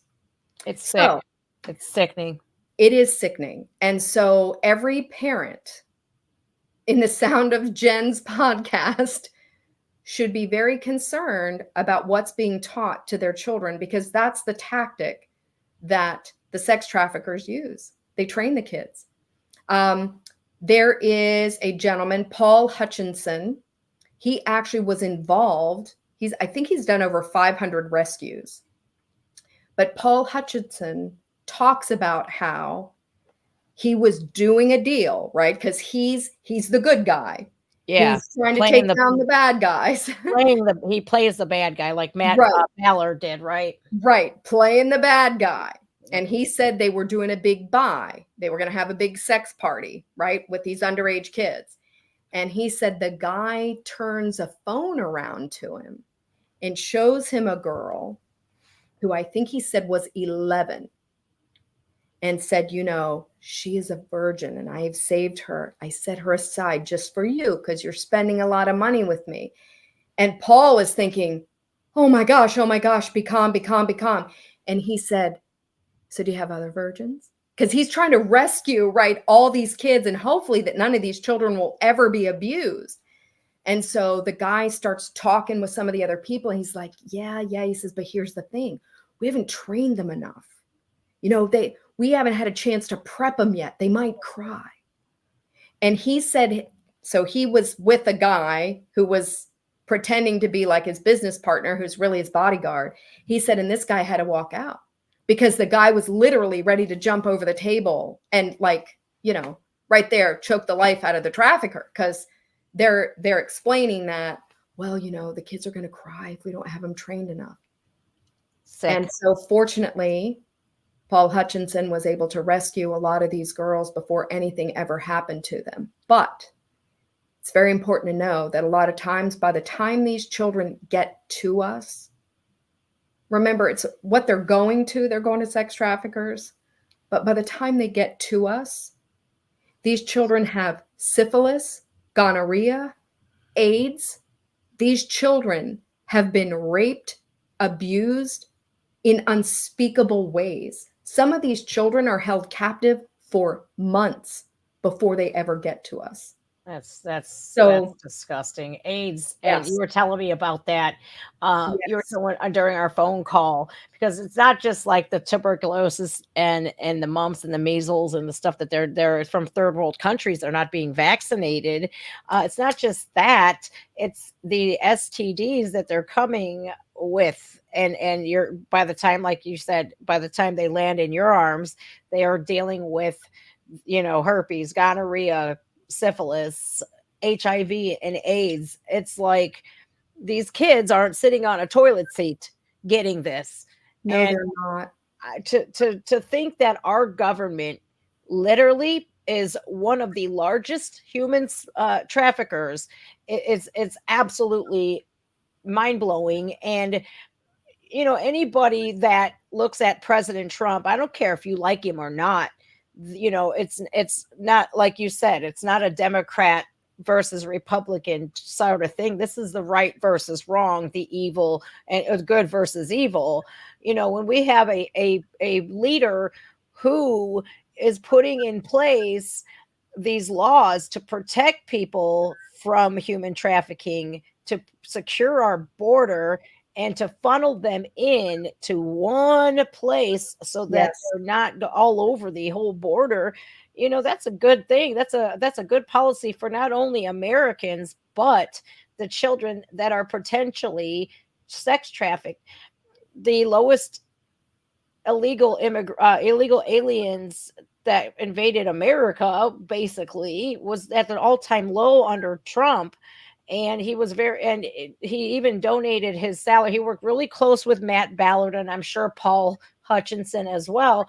He worked hand in hand with them to bring up these titles and these laws. And he even donated his salary, part of his presidential salary, to stop this, to aid human trafficking victims, because a lot of the times when they are rescued, then what? They need psychological and emotional therapy for probably the rest of their life. People, Yeah.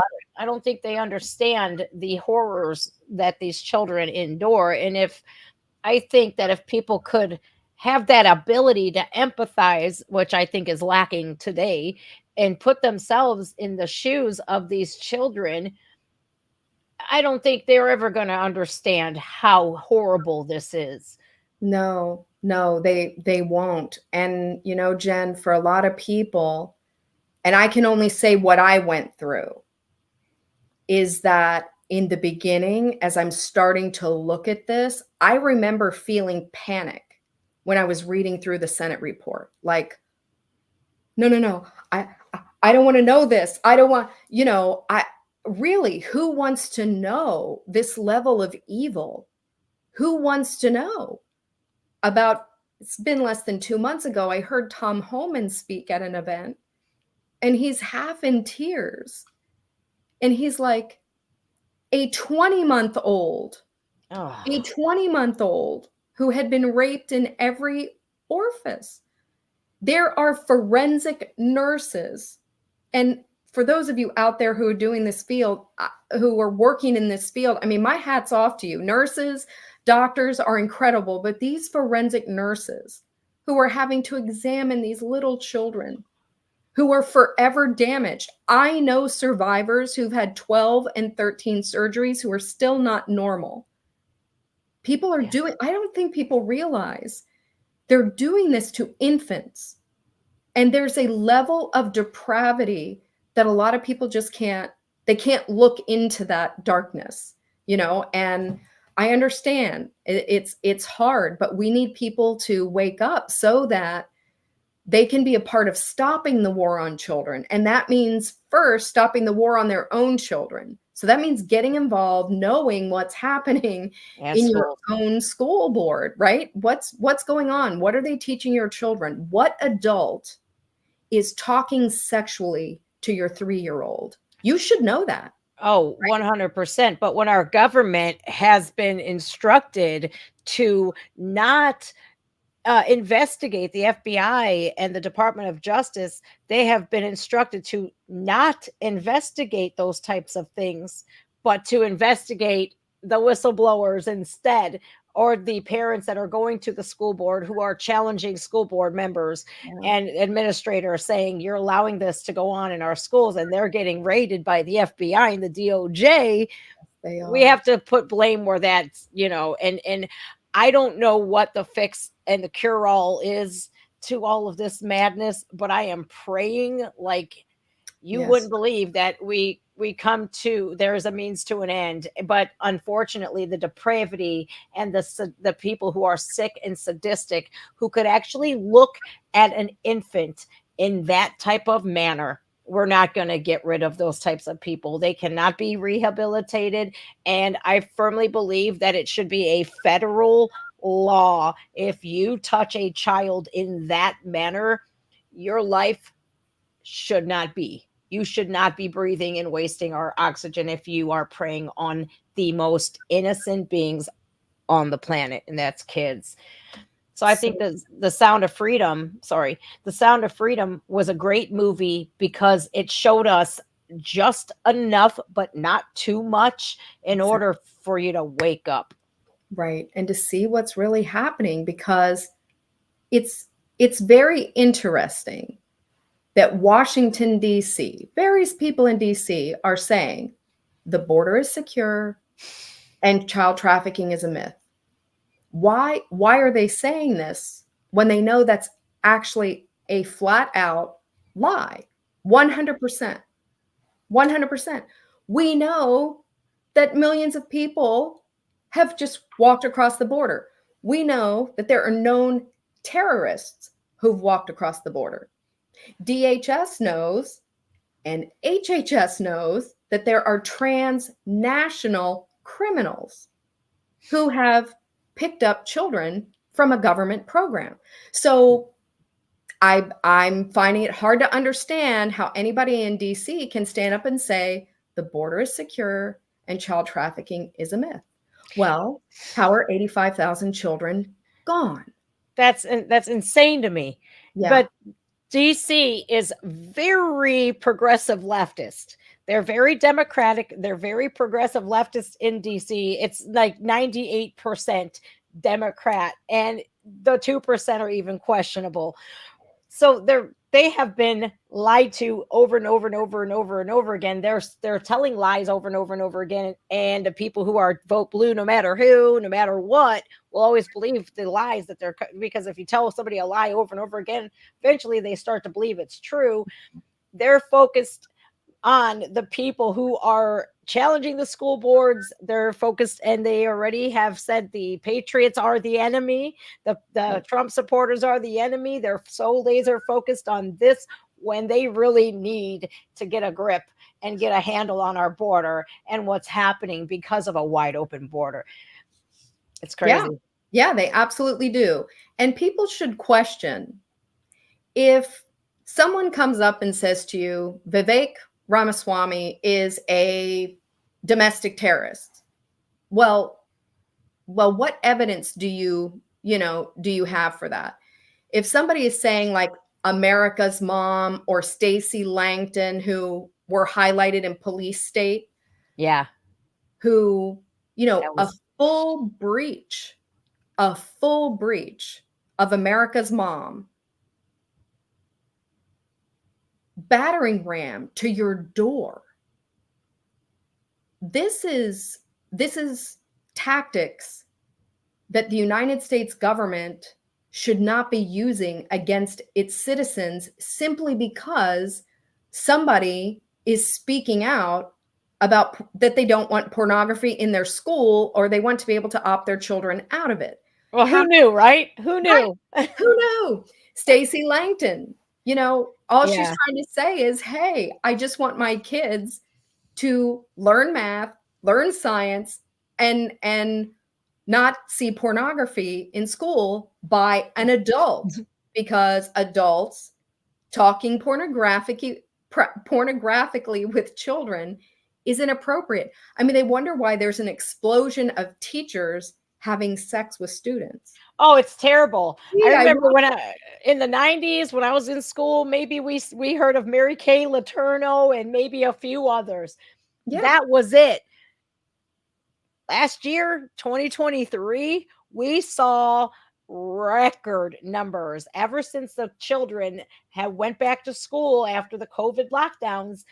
Ever since then, we've seen an explosion of this, because the parents were actually, what are you teaching my child?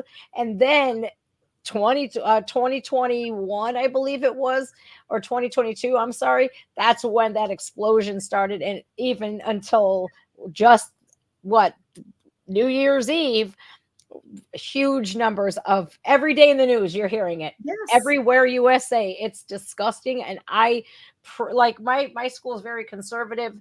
Thankfully, we live in Ohio, is supposed to be a red state, but we already know how that's going so far. But if that ever happened in my schools, you bet. I'm starting to go to school board meetings now just to get a feel for, like, in the high schools, yes, it's going a little bit kind of left, but for the most part, our elementary schools and our middle schools are heavily protected. It's great. We have police presence in all schools now. And if that ever gets its way to the middle school, I made a pledge, even though my child is a kindergartner, if that makes its way to the middle school, out you go. And I will exodus my child. He'll be gone. I might have to let you take over for 2 seconds so I can go to the bathroom. I'm about to burst at the seams. Is that okay? Sure. Yeah, absolutely. Then I'll let you go here in a few seconds. Is that okay? Oh, no. That's fine. That's fine. What would you like for me to talk about? Is there anything else that you want me to talk about, or do you want me just to talk about some of the cases?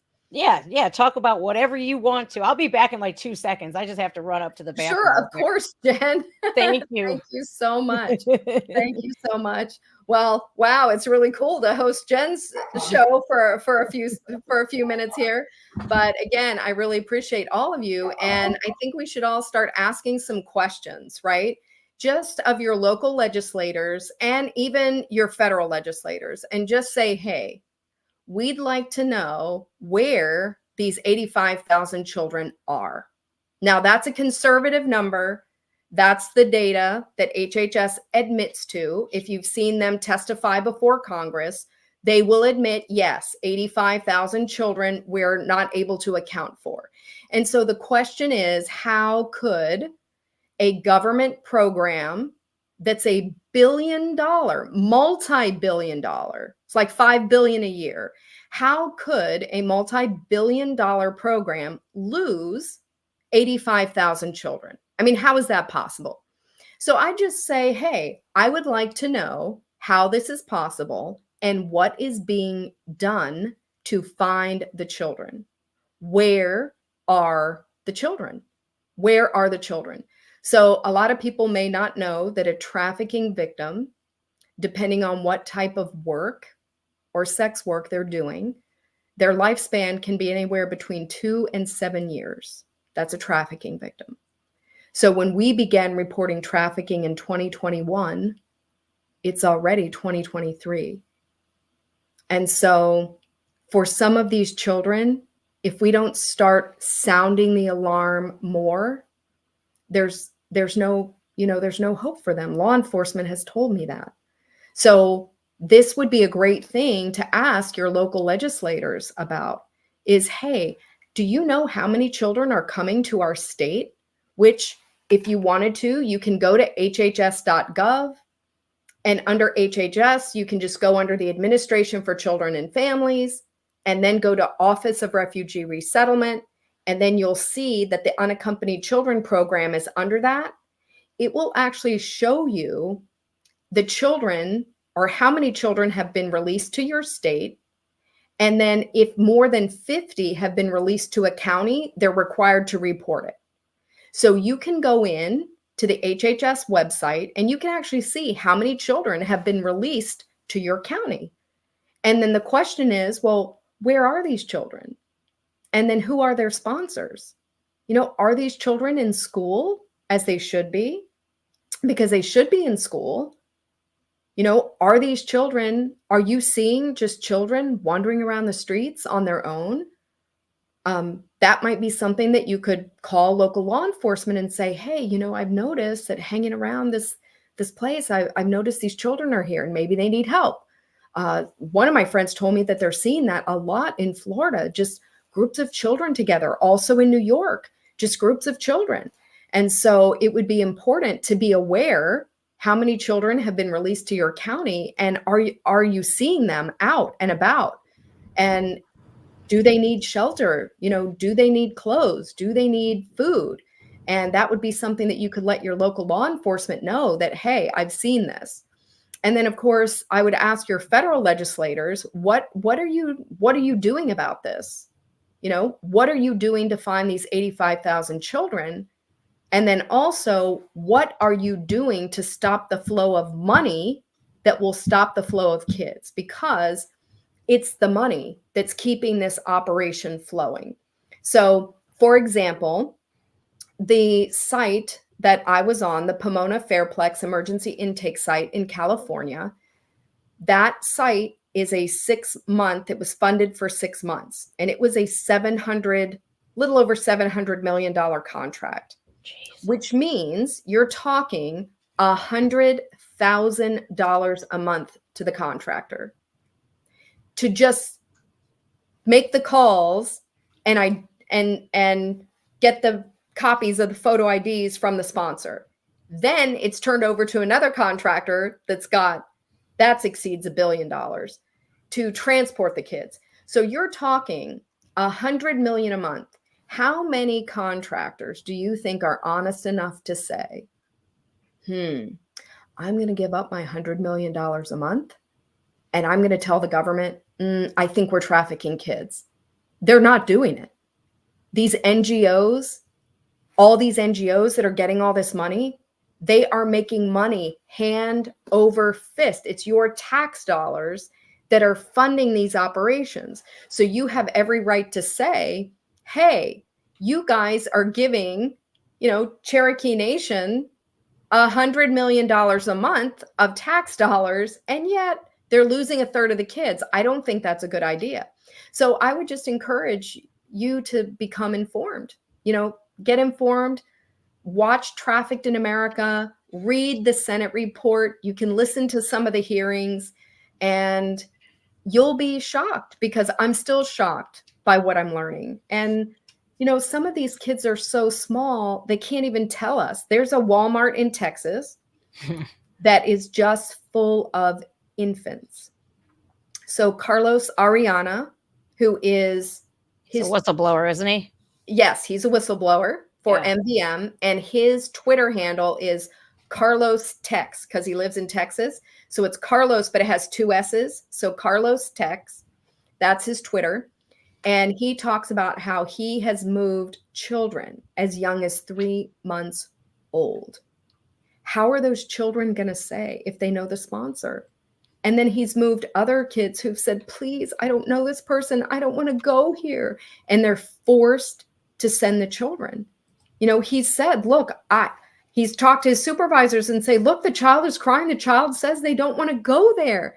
And he says, you will not return the child to this center. You are going to reunite that child with the sponsor. And that's what they were all told. And right now today, there are hundreds.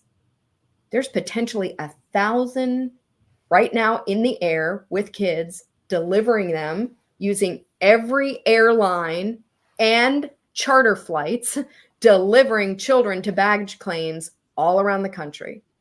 And if you think it's not happening, go sit in baggage claim near your airport in the evening and see how many handoffs of children you see.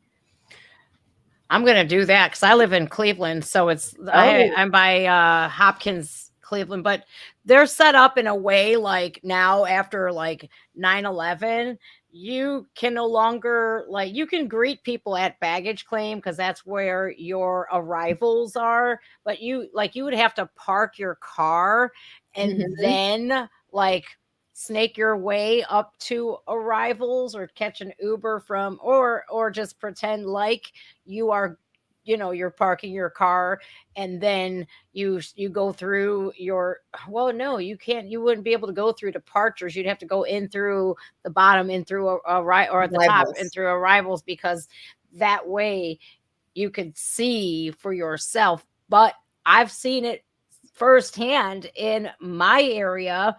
Like I said, very conservative, but landscaping companies. One morning I'm at the gas station, right? And with my son, and they're at the counter, and there's these 3 or 4 Spanish speaking men. And with these men, with these landscaping companies that I know are hiring them for slave labor, because why do they we don't want to pay you $15 an hour when we can get away with paying you $6 or $7 an hour.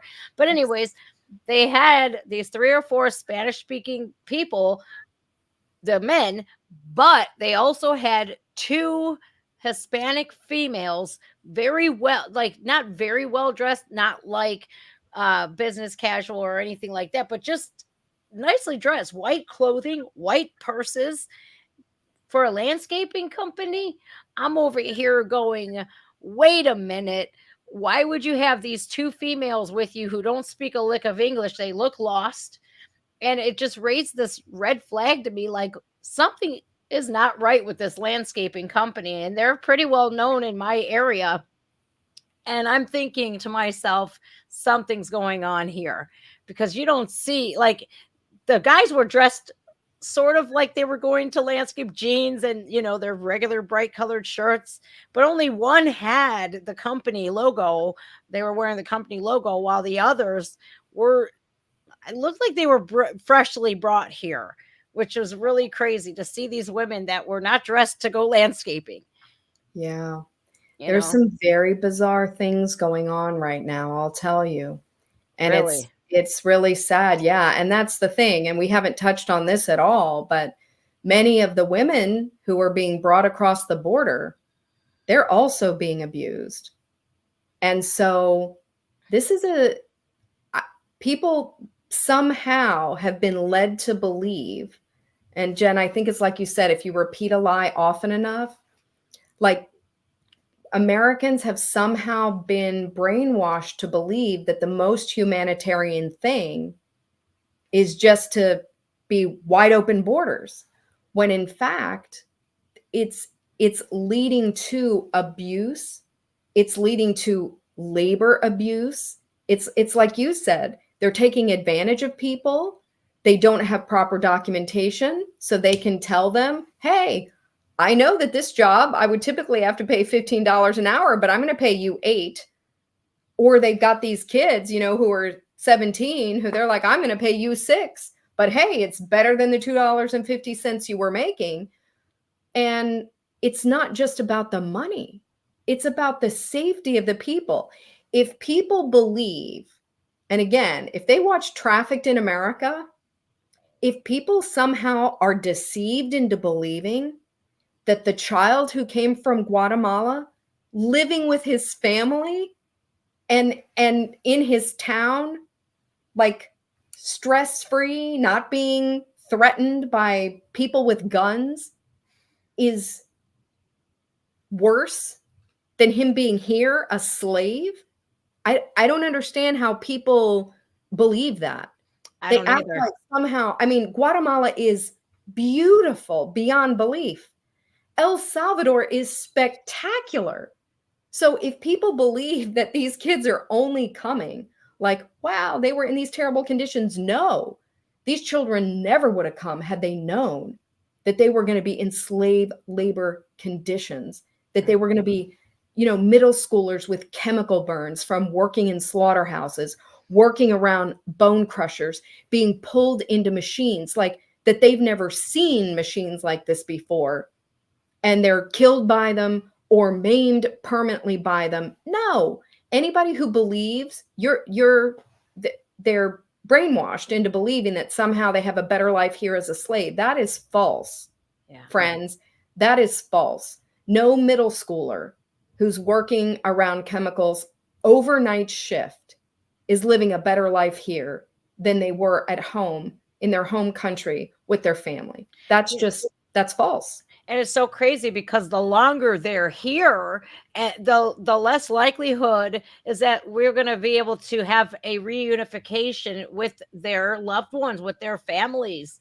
Right. And I firmly believe that there needs to be, you know, the states have to all band together especially the bordering states. They have to all band together in solidarity and say enough is enough. We need to shut this border now. But every time they try, whether it be buoys, whether it be fences, whether it be storage containers, every measure that the states are taking besides banding together, and the federal government overrules every one of them. They sue the states and say, nope, open up the border. And people should ask why. You know, people should ask why, because you or me or others, we could not get medicine across the border. I mean, real medicine. Like, we can't go to Mexico and buy tons of antibiotics and bring it across the border. That's not allowed. We can't go into Mexico or Guatemala or El Salvador and bring back all different types of fruits and other stuff like this. No, that's highly controlled through ports of entry. You only have ports of entry so that you have the ability to check on things. So nobody's saying, hey, we're anti-immigration. What we're saying is legal, lawful, orderly. That's what we're saying. So the reason that you want kids coming through ports of entry and people claiming to be family units through ports of entry is that so that you can slow the flow down enough to be able to check, is this really the father? Is this really the mother? Does this child really belong to them? Is this child under the influence of drugs, which they're finding? You know, what's happening here? When they stop the DNA testing, it's a 45-minute swab. 45 minutes. But oh no, can't wait 45 minutes. So it doesn't make sense. We have legal pathways to bring all kinds of other things, produce and all kinds of stuff across the border. We can surely have legal pathways to protect people from being abused and extorted and exploited. And so people need to rethink what's humanitarian. And I'm unsure how people are under this delusion that what we're doing now is humanitarian. How is it humanitarian to have 85,000 children gone? How is it humanitarian that when reporters go knock on doors of children, that the children are saying, my sponsor says she's my aunt, but I've never met her. I don't know her, and she's pimping me out for sex in the house where I'm living.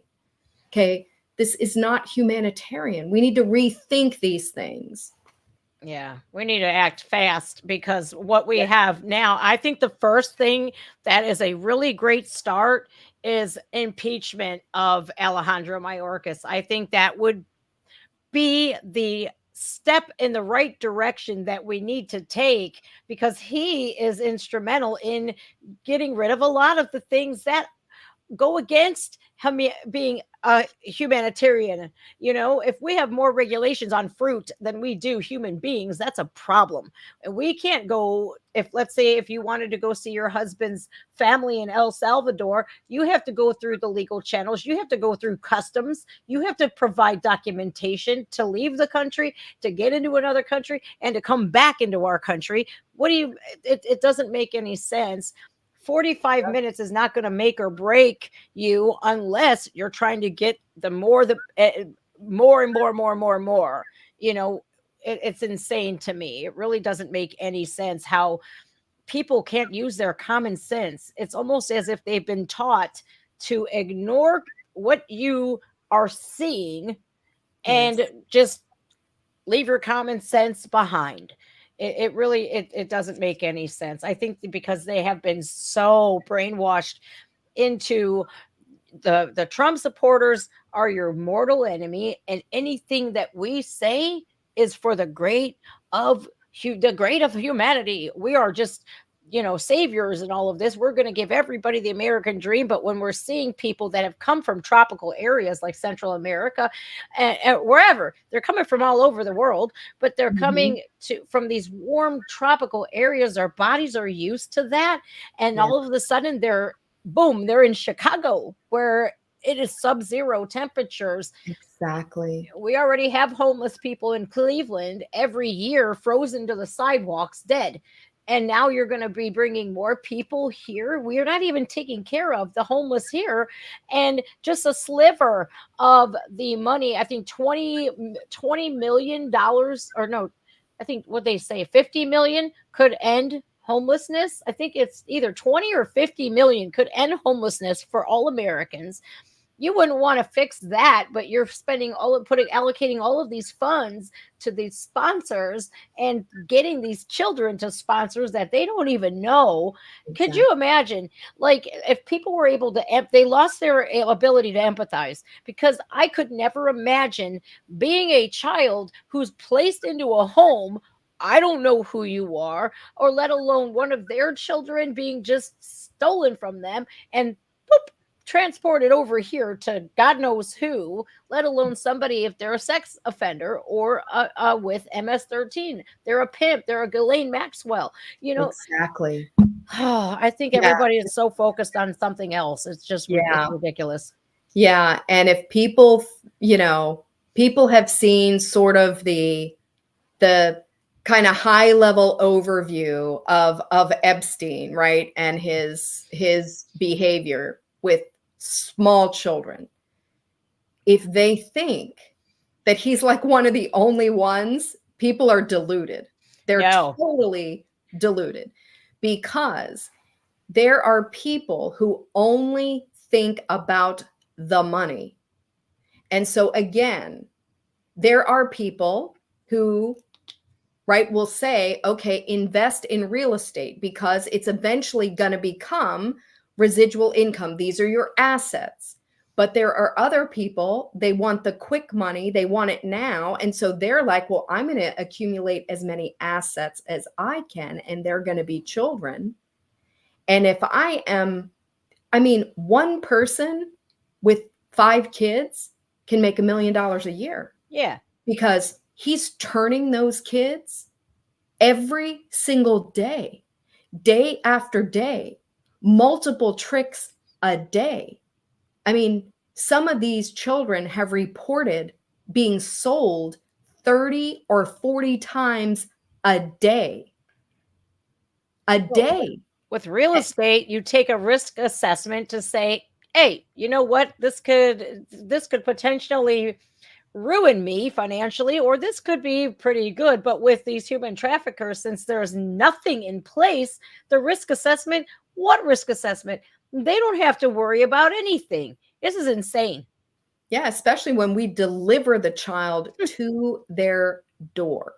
And so I'm sure there are people who were involved in MS-13 and 18th Street and the cartels going, what idiot came up with this plan?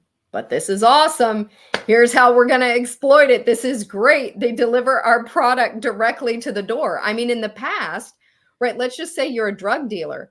Man, that's a one-time use. If I'm dealing a drug, me as the dealer, I have to keep getting more product. Yeah. But if I've got a child, I can sell them over and over. Or some of these women who are coming across the border, just because they're 18 doesn't mean that they're, wise to the ways of the world, especially when they're depleting the Guatemalan hills of people who don't even speak Spanish. They speak Mayan dialects. They've never been to school, and they're taking advantage of their innocence, and not realizing what's going to happen to them. But, again, why is it that people in Washington, D.C. continue to repeat the lie that the border is secure and child trafficking is a myth when CDC in my state, in the state of Virginia, has said, our concern is, and they did a report a few months back that said, because HHS is moving the children so fast, they can't treat them for all the ailments that they have. They can delouse them. That's one of the first things that we do, because the kids are usually in pretty bad shape when they get to us. But, so we get them cleaned up and we get them new clothes and stuff like that, and make sure that they're well fed. But the state of Virginia, when they looked at their report, they said tuberculosis, because it takes a long time to treat, HHS has actually sent children, and this was months ago, to over 44 states with active cases of tuberculosis, because they don't keep them in care long enough. So how is that humanitarian? That's not helping the child, and it's not helping the communities either. No, it's very dangerous when you're playing with that. And it's America is seeing these deadly diseases like polio and all of this. It's a spike in all of these diseases that are mainly in third world countries, because they don't get vaccinated for measles, mumps, rubella, meningitis, the tuberculosis, the polio, the smallpox, and all of that. Smallpox is making a comeback too.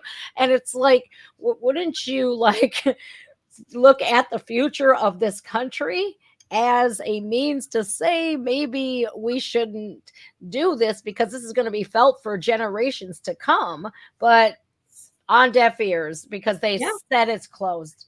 Yeah, but how is that humanitarian? To release a child, your goal is speed over safety. So I'm going to release sick kids. So that's one part, right? Thinking about, don't tell me you're doing this out of the goodness of your heart. Because if you really cared about the kids, you'd treat them for the ailments that they've got, right?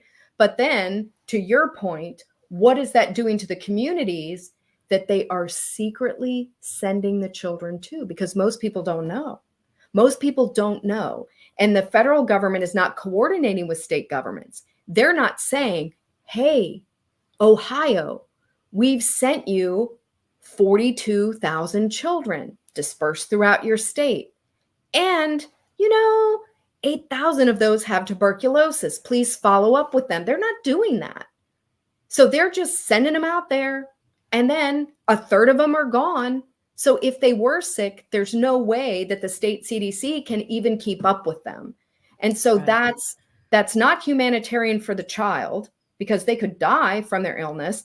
And it's certainly not very smart for communities. So people were all upset about COVID. Well, why aren't they upset about tuberculosis? The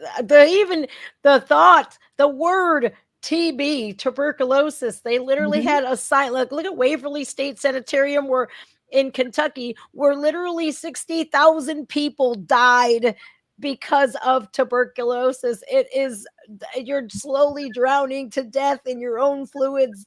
And that doesn't scare nobody. It scares the bejesus out of me. It really does. But I think people need to get, like you said, I'm going to watch Trafficking in America with my viewers. I'm going to stream that probably within the next week or so. But I think everybody needs to be educated.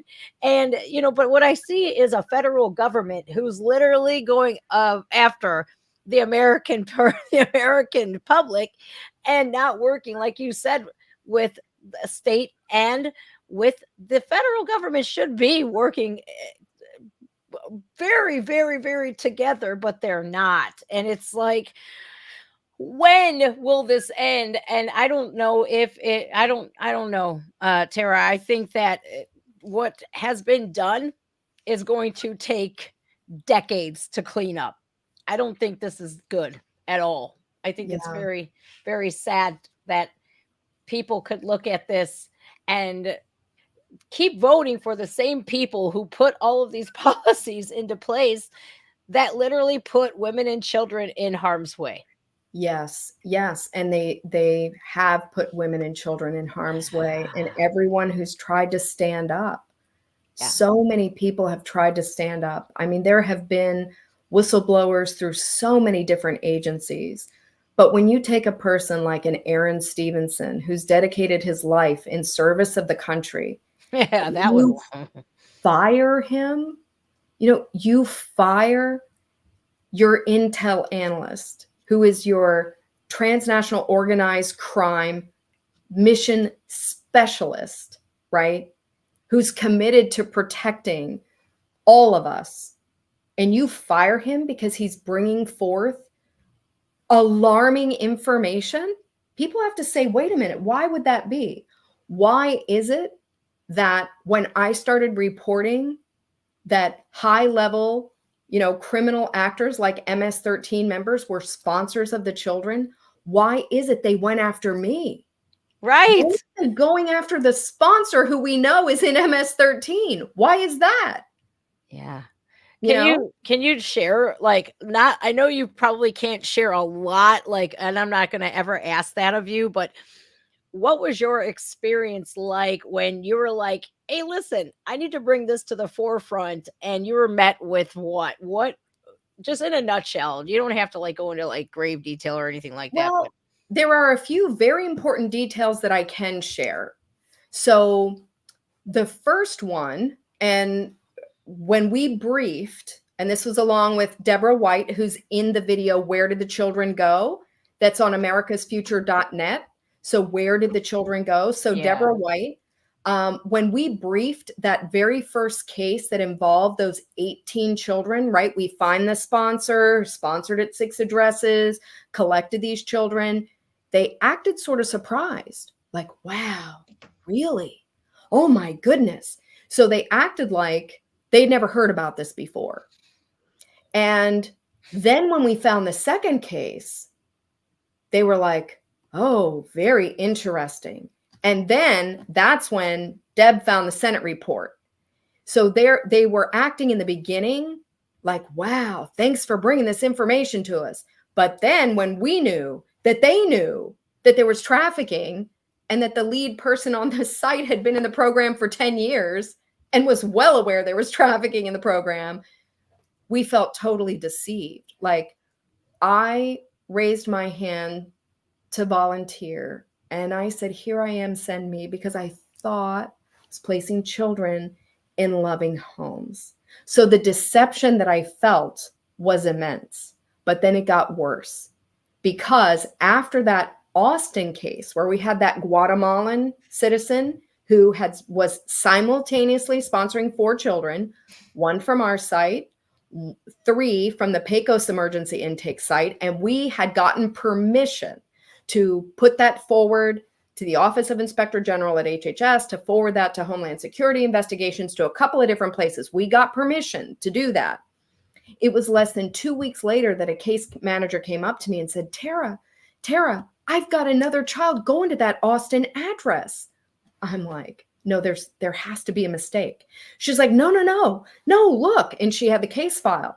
And I said, oh my gosh, well, somebody must not be aware. So I grabbed my stuff. I go running down to our command center.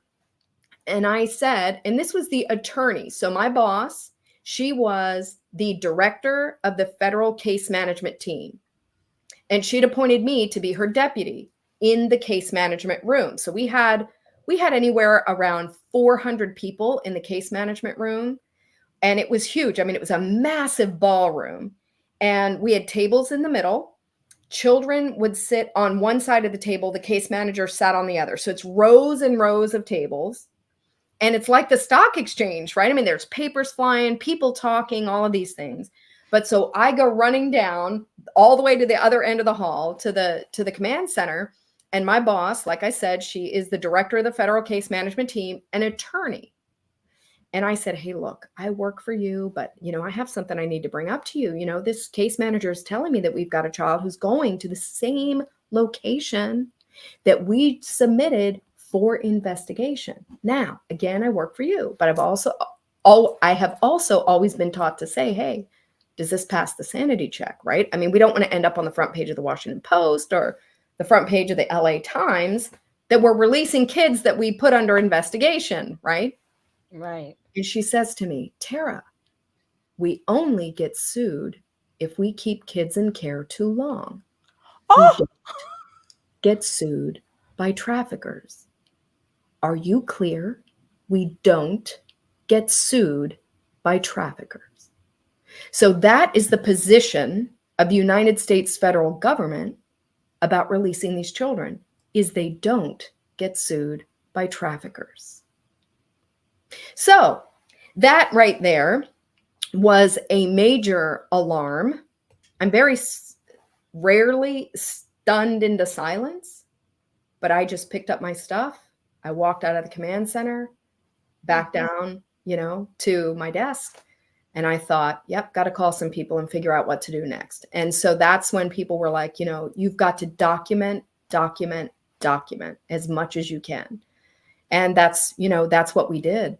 We documented everything so that we could turn things over to people who could hopefully, there's only 3 goals I have. A lot of people say, well, why are you coming forward with all of this? Why have you been saying this now, for all these years? I said, well, there's 3 reasons. One is rescue children. 85,000 children are gone. That's a minimum. And we have to find where the kids are. Number 2 is we need to prosecute criminals. We absolutely cannot have known members of the transnational organized crime watch list operating in the United States. They need to stop going after school board parents, and they need to start going after TOC members. Go kick in their doors. Don't be kicking down the door of America's mom. No. Go find people who are actually committing violent crimes and sex trafficking children. So that's number 2. And number 3 is we have to change the program. The program cannot exist as it currently does. We can't just be giving kids to random people and then they disappear. That just doesn't make sense. So I think it's pretty safe to say that even though you put a lot of, time and effort into these hearings, that there has been no resolution whatsoever, because we're still what you just said. This is what we have to do. 1, 2, 3. Still not done. They're still focused. And I think the FBI, especially in the Department of Justice, I think they have been weaponized and politicized completely. And their priority is not these children. Their priority is not these kids who are getting their arms ripped off or pulled through heavy machinery and their lives are ended. Yeah. Their priority is not these children being trafficked or these women being exploited because, well, let's see. A trafficker can sell this kid 30 times a day, but then can sell to another trafficker who can then sell that kid for 30 times a day themselves. They're not focused on them.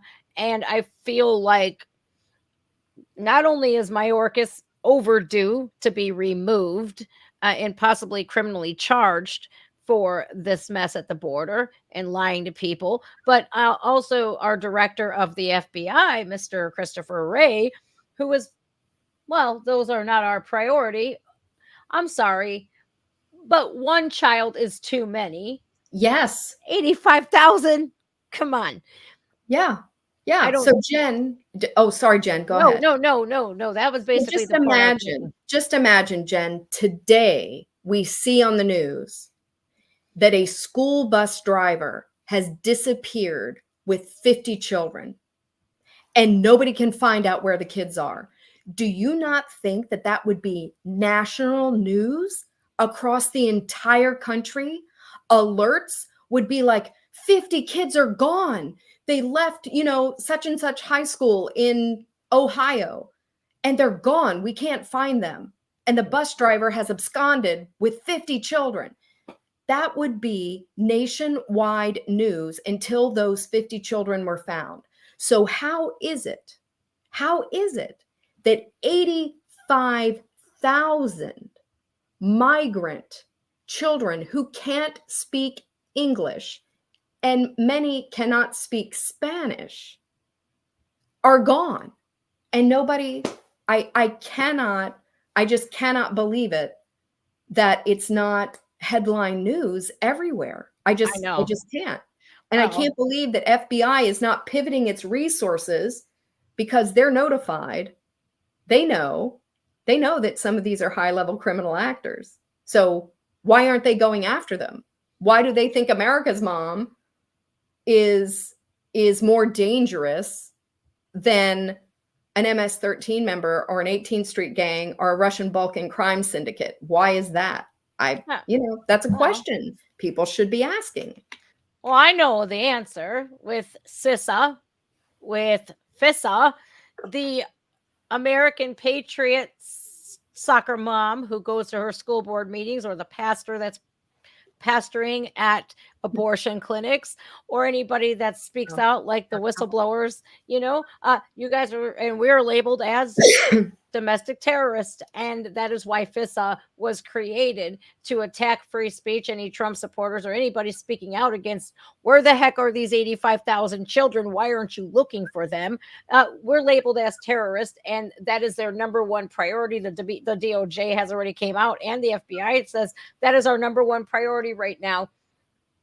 I'm sorry, but if I was one of those parents who was raided because I was very vocal at a school board meeting and the FBI broke down my door, I would stand there like this. I'm going to say two things to you, and two things only. Number one, where the hell are the 85,000 children, and why aren't you looking for them? And the second one is, not without my attorney, you don't. And that would be that would be it. But people do. I think they have to stand up and be vocal. And if not, well, I mean, if you are vocal, though, we do get punished for that because, YouTube is owned by Google. And if you do speak out against any globalist agenda that they're pushing, or any narrative, I mean, you're punished. They took my whole channel, but not my whole channel down, but the money that I get from, blood, sweat, and tears of years. But it's crazy anymore. But that don't stop me. I'm going to keep going, and I'm going to be more vocal. And I think everybody should be vocal. Now you have I'm sorry, my Discord kept beeping, and it was like, it was driving me crazy. I found you on, I have you on Twitter. Yep. And you are here. I'm going to share the screen real quick. Yeah. Tara Lee Rodas. Yeah. There you are. Tara Lee Rodas at, this is Twitter right here. I will actually, I'm going to do this good old copy and paste stuff. I'm going to post it here in the comments. Boop. And there we go. Does it actually say, I want to make sure that it actually says at Tara Lee Rodas, because somebody recently, good. Yes. Okay. That's it. Because somebody recently, we discovered over the weekend, some people had spoofed my account. So anyway, you're over the target when you're taking flack, but that was crazy. So yeah, someone had copied my account, and some friends of mine were like, "Hey, I just got a DM from you. Did you start another account?" I'm like, "No." So fortunately, we've reported that to Elon Musk and he's on it. So, but yeah, it's crazy. Thank you for doing that. Yeah, Tara Lee Rodas, and that's where I am on X to continue to bring news. And some of the most important news is from America's future. So our goal, and Jen, I know you had asked at the beginning, what can people do? And I encourage people, local action equals national impact, right? That's what General Flynn says, local action, national impact. So we are going, America's future, and I'm part of their Protect and Defend Advisory Board. It's an honor to serve alongside some incredible people, some survivors, Liz Crokin, Laura Logan, Sun Tzu, who's an incredible attorney, a whole bunch of heroes, to go state to state and help them collaborate with legislators, prosecutors, local people who are involved in their local community. So I keep updating about the different events we're doing. So the next big event is going to be in Illinois. Yeah, and we'd love to have anybody come there. Next is going to be Texas, and people can find that. It's called Get in the Fight. And it's about how people can get educated on child trafficking and how we can stop the exploitation of children. That's the goal. That's amazing. So if you guys are in Illinois, this will be held the 26th and the 27th. So you get Tara for not 1, but 2 days. And she's doing this on her own time. This is amazing. And this is in Sheridan, Illinois. Fox River Lutheran. It's all on her X page here to get registered. And like she said, she'll be doing more events too. Do you have a website, Tara, or anything that you want me to? I don't, not yet, but you will. So for now, I use X. Yeah, nice. It's, you know what, a lot of people have literally came at Elon Musk with just dragon fire. I think, you know, because of the free speech, people don't want it. And I'm over here like, I don't recognize YouTube anymore. I really don't. It's not what it used to be ever since they made their shift, you know, but I love what Elon Musk is doing because, you know, are we going to have some people that are going to exploit a free speech website? Sure. If I don't like it, I don't look at it.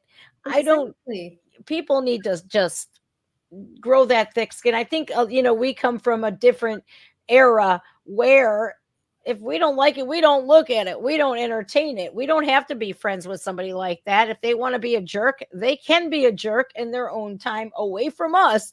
You know, I just think a lot of people get involved way too much because the social media judge, jury, and executioner is a job that everybody seemingly is qualified for.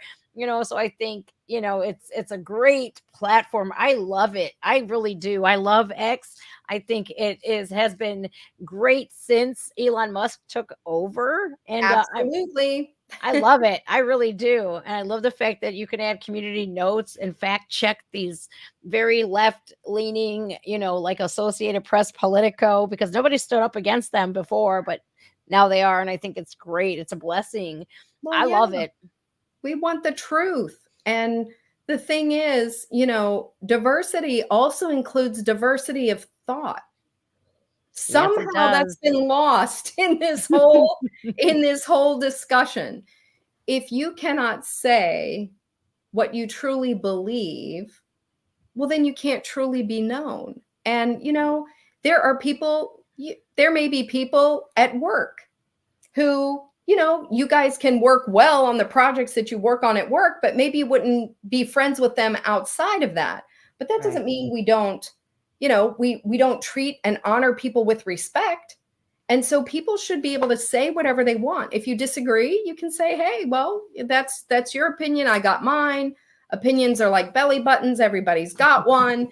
And good for you. But I use the other saying, you know which one. Which one is that? You know? I mean, we should be able to have diversity of thought. And I think Elon Musk has done an incredible thing by by buying Twitter, making it now X, and giving people the opportunity to tell both sides of the story. And really people is. who can only win an argument by pretending that other sides of an argument don't exist, they've already lost the war. So Yeah. we're just Yeah, going they to keep have. speaking the truth. And if people who are afraid of the truth, well, they're going to have to get over it. That's right. That's right. I really enjoyed having you on here. It is such a pleasure. Thank you again. What a brave woman you are to go up and even though that had to have been very scary for you to do and to be brave and to stand up, you still did it. And I think a lot of people you lead by example, and I think a lot of people should look at your bravery and go with that and say, if she did it, I could do it too. Yeah, it's just speaking the truth. It's not that, people want to say it's bravery, but I'm like, it's just speaking the truth. Yeah, but speaking the truth in some context and in some instances where, like, look at YouTube, you speak the truth, they're You get gonna punish you, but so in order to keep, being like, I don't know, you're probably right. It's not bravery as much as it is just being honest and being truthful. But Yeah. like so many people get dinged and get attacked for telling the truth, but then they give up. Can't give up. You can't give up. Can't give up. Got to keep going. And Jen, I really thank you so much for reaching out to me. It's truly an honor to be able to talk to you, to get to know you. I remember the day we talked that day. It was just, it's great to know that there are people out there who really care, who want to be in the fight and who want to bring their followers and their audience into the fight too, because you're here to educate people. And that's what we should be doing in this country. We should be able to tell the truth about what's really happening, because if we don't know the truth, we're not going to be able to fix a lot of the problems. And so I really appreciate you for your bravery, still speaking the truth, despite the fact that they've come after you, demonetized you, and all these other things. But it's been a real honor to be on your show, to talk about government-sponsored, taxpayer-funded child trafficking. You're fabulous. You are too. Thank you again, Tara. I'll speak to you soon. Sounds great. Have a good Right. one. You too. Thank you, honey. Whoo! Taxpayer-funded, government-sponsored child trafficking. Those words will never leave my mind. It's crazy, isn't it? Did you ever think in your wildest dreams that your taxpayers are funding child trafficking? No, I would never imagine that in a million years. I would never imagine that our tax dollars would go to other countries either, and to look at our veterans and go like this. Oh, well, tough. You fought for our country and well, that's it. Your chopped liver. What a great experience. And Tara is so nice. Let me tell you, I reached out to her one time and it only took her a little tiny bit of time to get back to me. Of course, she's a busy woman. Of course, she has other things going on in her life. Of course, she's all over the place doing all kinds of education on how to spot human trafficking, how to stop it, and what we can do as communities to wrangle this terrible problem. And she didn't have to do this. She didn't have to come on with me, but she was so willing. And the conversation flowed so naturally and organically, just like it did the very first time I got to speak with her over the phone. It's almost as if, when you meet people like her, you automatically know you gain a friend for life, an ally. And it's amazing because there's so much backstabbing and dishonesty, and just the people looking at morality as if it is the most vile thing ever. It's like, wait, when you find some like-minded people, that is who you gravitate towards. Authentic knows authentic. And I'd rather be around people like her who just, it's not bravery, it's just the truth. And it's unfortunate that she would suffer any sort of blowback or any sort of retaliation because she's bringing up the truth. That was, it was insane. It really was. And I'm very fortunate that I get to do this today, because I'll tell you what, man, you guys, 10 years ago, my future was pretty bleak. You know, it really was. I never could imagine that either my tax dollars were going towards human trafficking or child trafficking, but I never once thought I would be able to have a platform like this and to be able to educate people and to bring on all kinds of cool people, man. She's cool people, no matter which way you look at it. You may not agree with her politically, but I think we need to stop that. I think we need to stop focusing so much on, are you a Biden supporter or are you a Trump supporter? You know, and I was thinking about this earlier before I streamed, before I even did my video from earlier. I'm over here going, it shouldn't matter if you're a Trump supporter. It shouldn't. It shouldn't even matter. Why? And I was thinking about the FBI and the DOJ going after, because I watched January 6th, the video from Epic Times, and I'm over here going, you know, if people only would judge you based off of your character instead of your political party and who you vote for, the world would be a better place. We wouldn't have so much hate and division. We really wouldn't. Look, there's millions of Trump supporters. Are they all good? No. But there's millions of Biden supporters. Are they all good? No. So, you know, we have to start judging people based off the content of their character. And look, man, there's all these Biden supporters. Guess what? I don't know all of them, and nor will I ever have them in my life to where they can do me dirty. And the people that I have a beef with are the people that personally did me dirty. I don't care if people are talking shit to me on the internet and saying this, that, and the other. Do you think I care? Am I going to meet you in person? No, I'm not. And you know what's great though is I used to focus so much on these negative comments that I would get, and all of these great comments I would ignore. But anymore, I see the love and the support, and that means the world to me, because again, 10 years ago, I was not seeing myself doing what I am today. And it's amazing. And I think having more warriors for the truth is exactly what we need. It really is. So, guys, make sure you're following Tara on X. It is Tara right here, Tara Lee Rodas on Twitter or X, whatever you want to call it. Make sure you're going, if you need to, you know, to educate yourself more on human trafficking and whatnot. And I think by not only educating yourself and to see that this shit's really going on, you know, it's a first step. It's a step in the right direction. And I think that's exactly what needs to happen. People need to stop ignoring the facts, you know, and I'm so grateful that I am a conservative, because we are all fact-based individuals. We love facts. We love the truth. And it's so crazy that people on the other side of the fence can look at the truth as if it doesn't even matter. And when they're shown the truth, they're looking at you like you got two heads. You know, it's like, wait a minute. So yeah, I'm grateful that I am a conservative. I'm grateful I have one of the best communities here on YouTube as well, on Rumble, on X. I don't know if I've been streaming all three. I was gonna like cut off of YouTube and then just stream on Rumble, but I'm glad I didn't. I'm glad, because I want everybody to hear what has to be heard. You know, while we're so focused on the Epstein list, I have always said this, man, the Epstein list we know have been going on for years. It's going to continue. There is a predecessor. There's going to be a successor. And I think like Ghislaine Maxwell was definitely grooming another successor before she got put to prison. And this is still going on.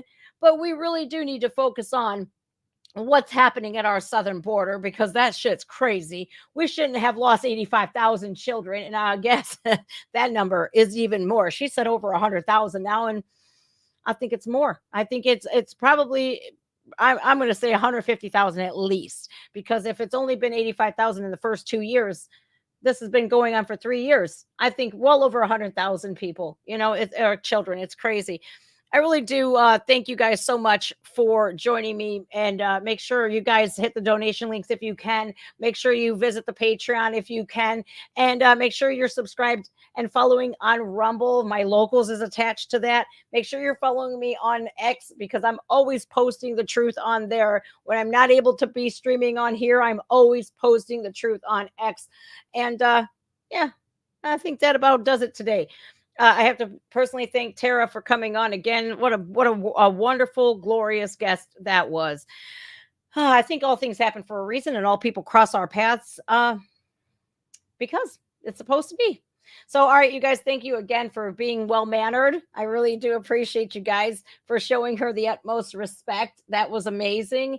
And hey, I hope to do it again sometime. I'm going to be researching more guests, and we're going to be doing some really cool collaborations for the new year. I'm so excited, but I can't tell you guys, but my Patreons will always know it first, especially if you're a paid member of the Patreon. You guys get to know the skinny all before anybody else does. And I'm really excited to see what 2024 brings us. All right, guys, I love you all, and I'll see you guys soon. Thanks again. I really, really appreciate you guys. Until then, I'm just Jen. Make sure you throw a like on the video. Make sure you're subscribed. You tap the notification bell. And yeah, make sure you spread the word. And send people to Tara. Look what she's doing, because guess why? It's happening. And don't let anybody else tell you otherwise. All right, guys. Love you very much. Stay blessed. Be proud of being an American. And never, ever, ever back down. See you guys. Thank you again. If I can find the button. Bye, y'all.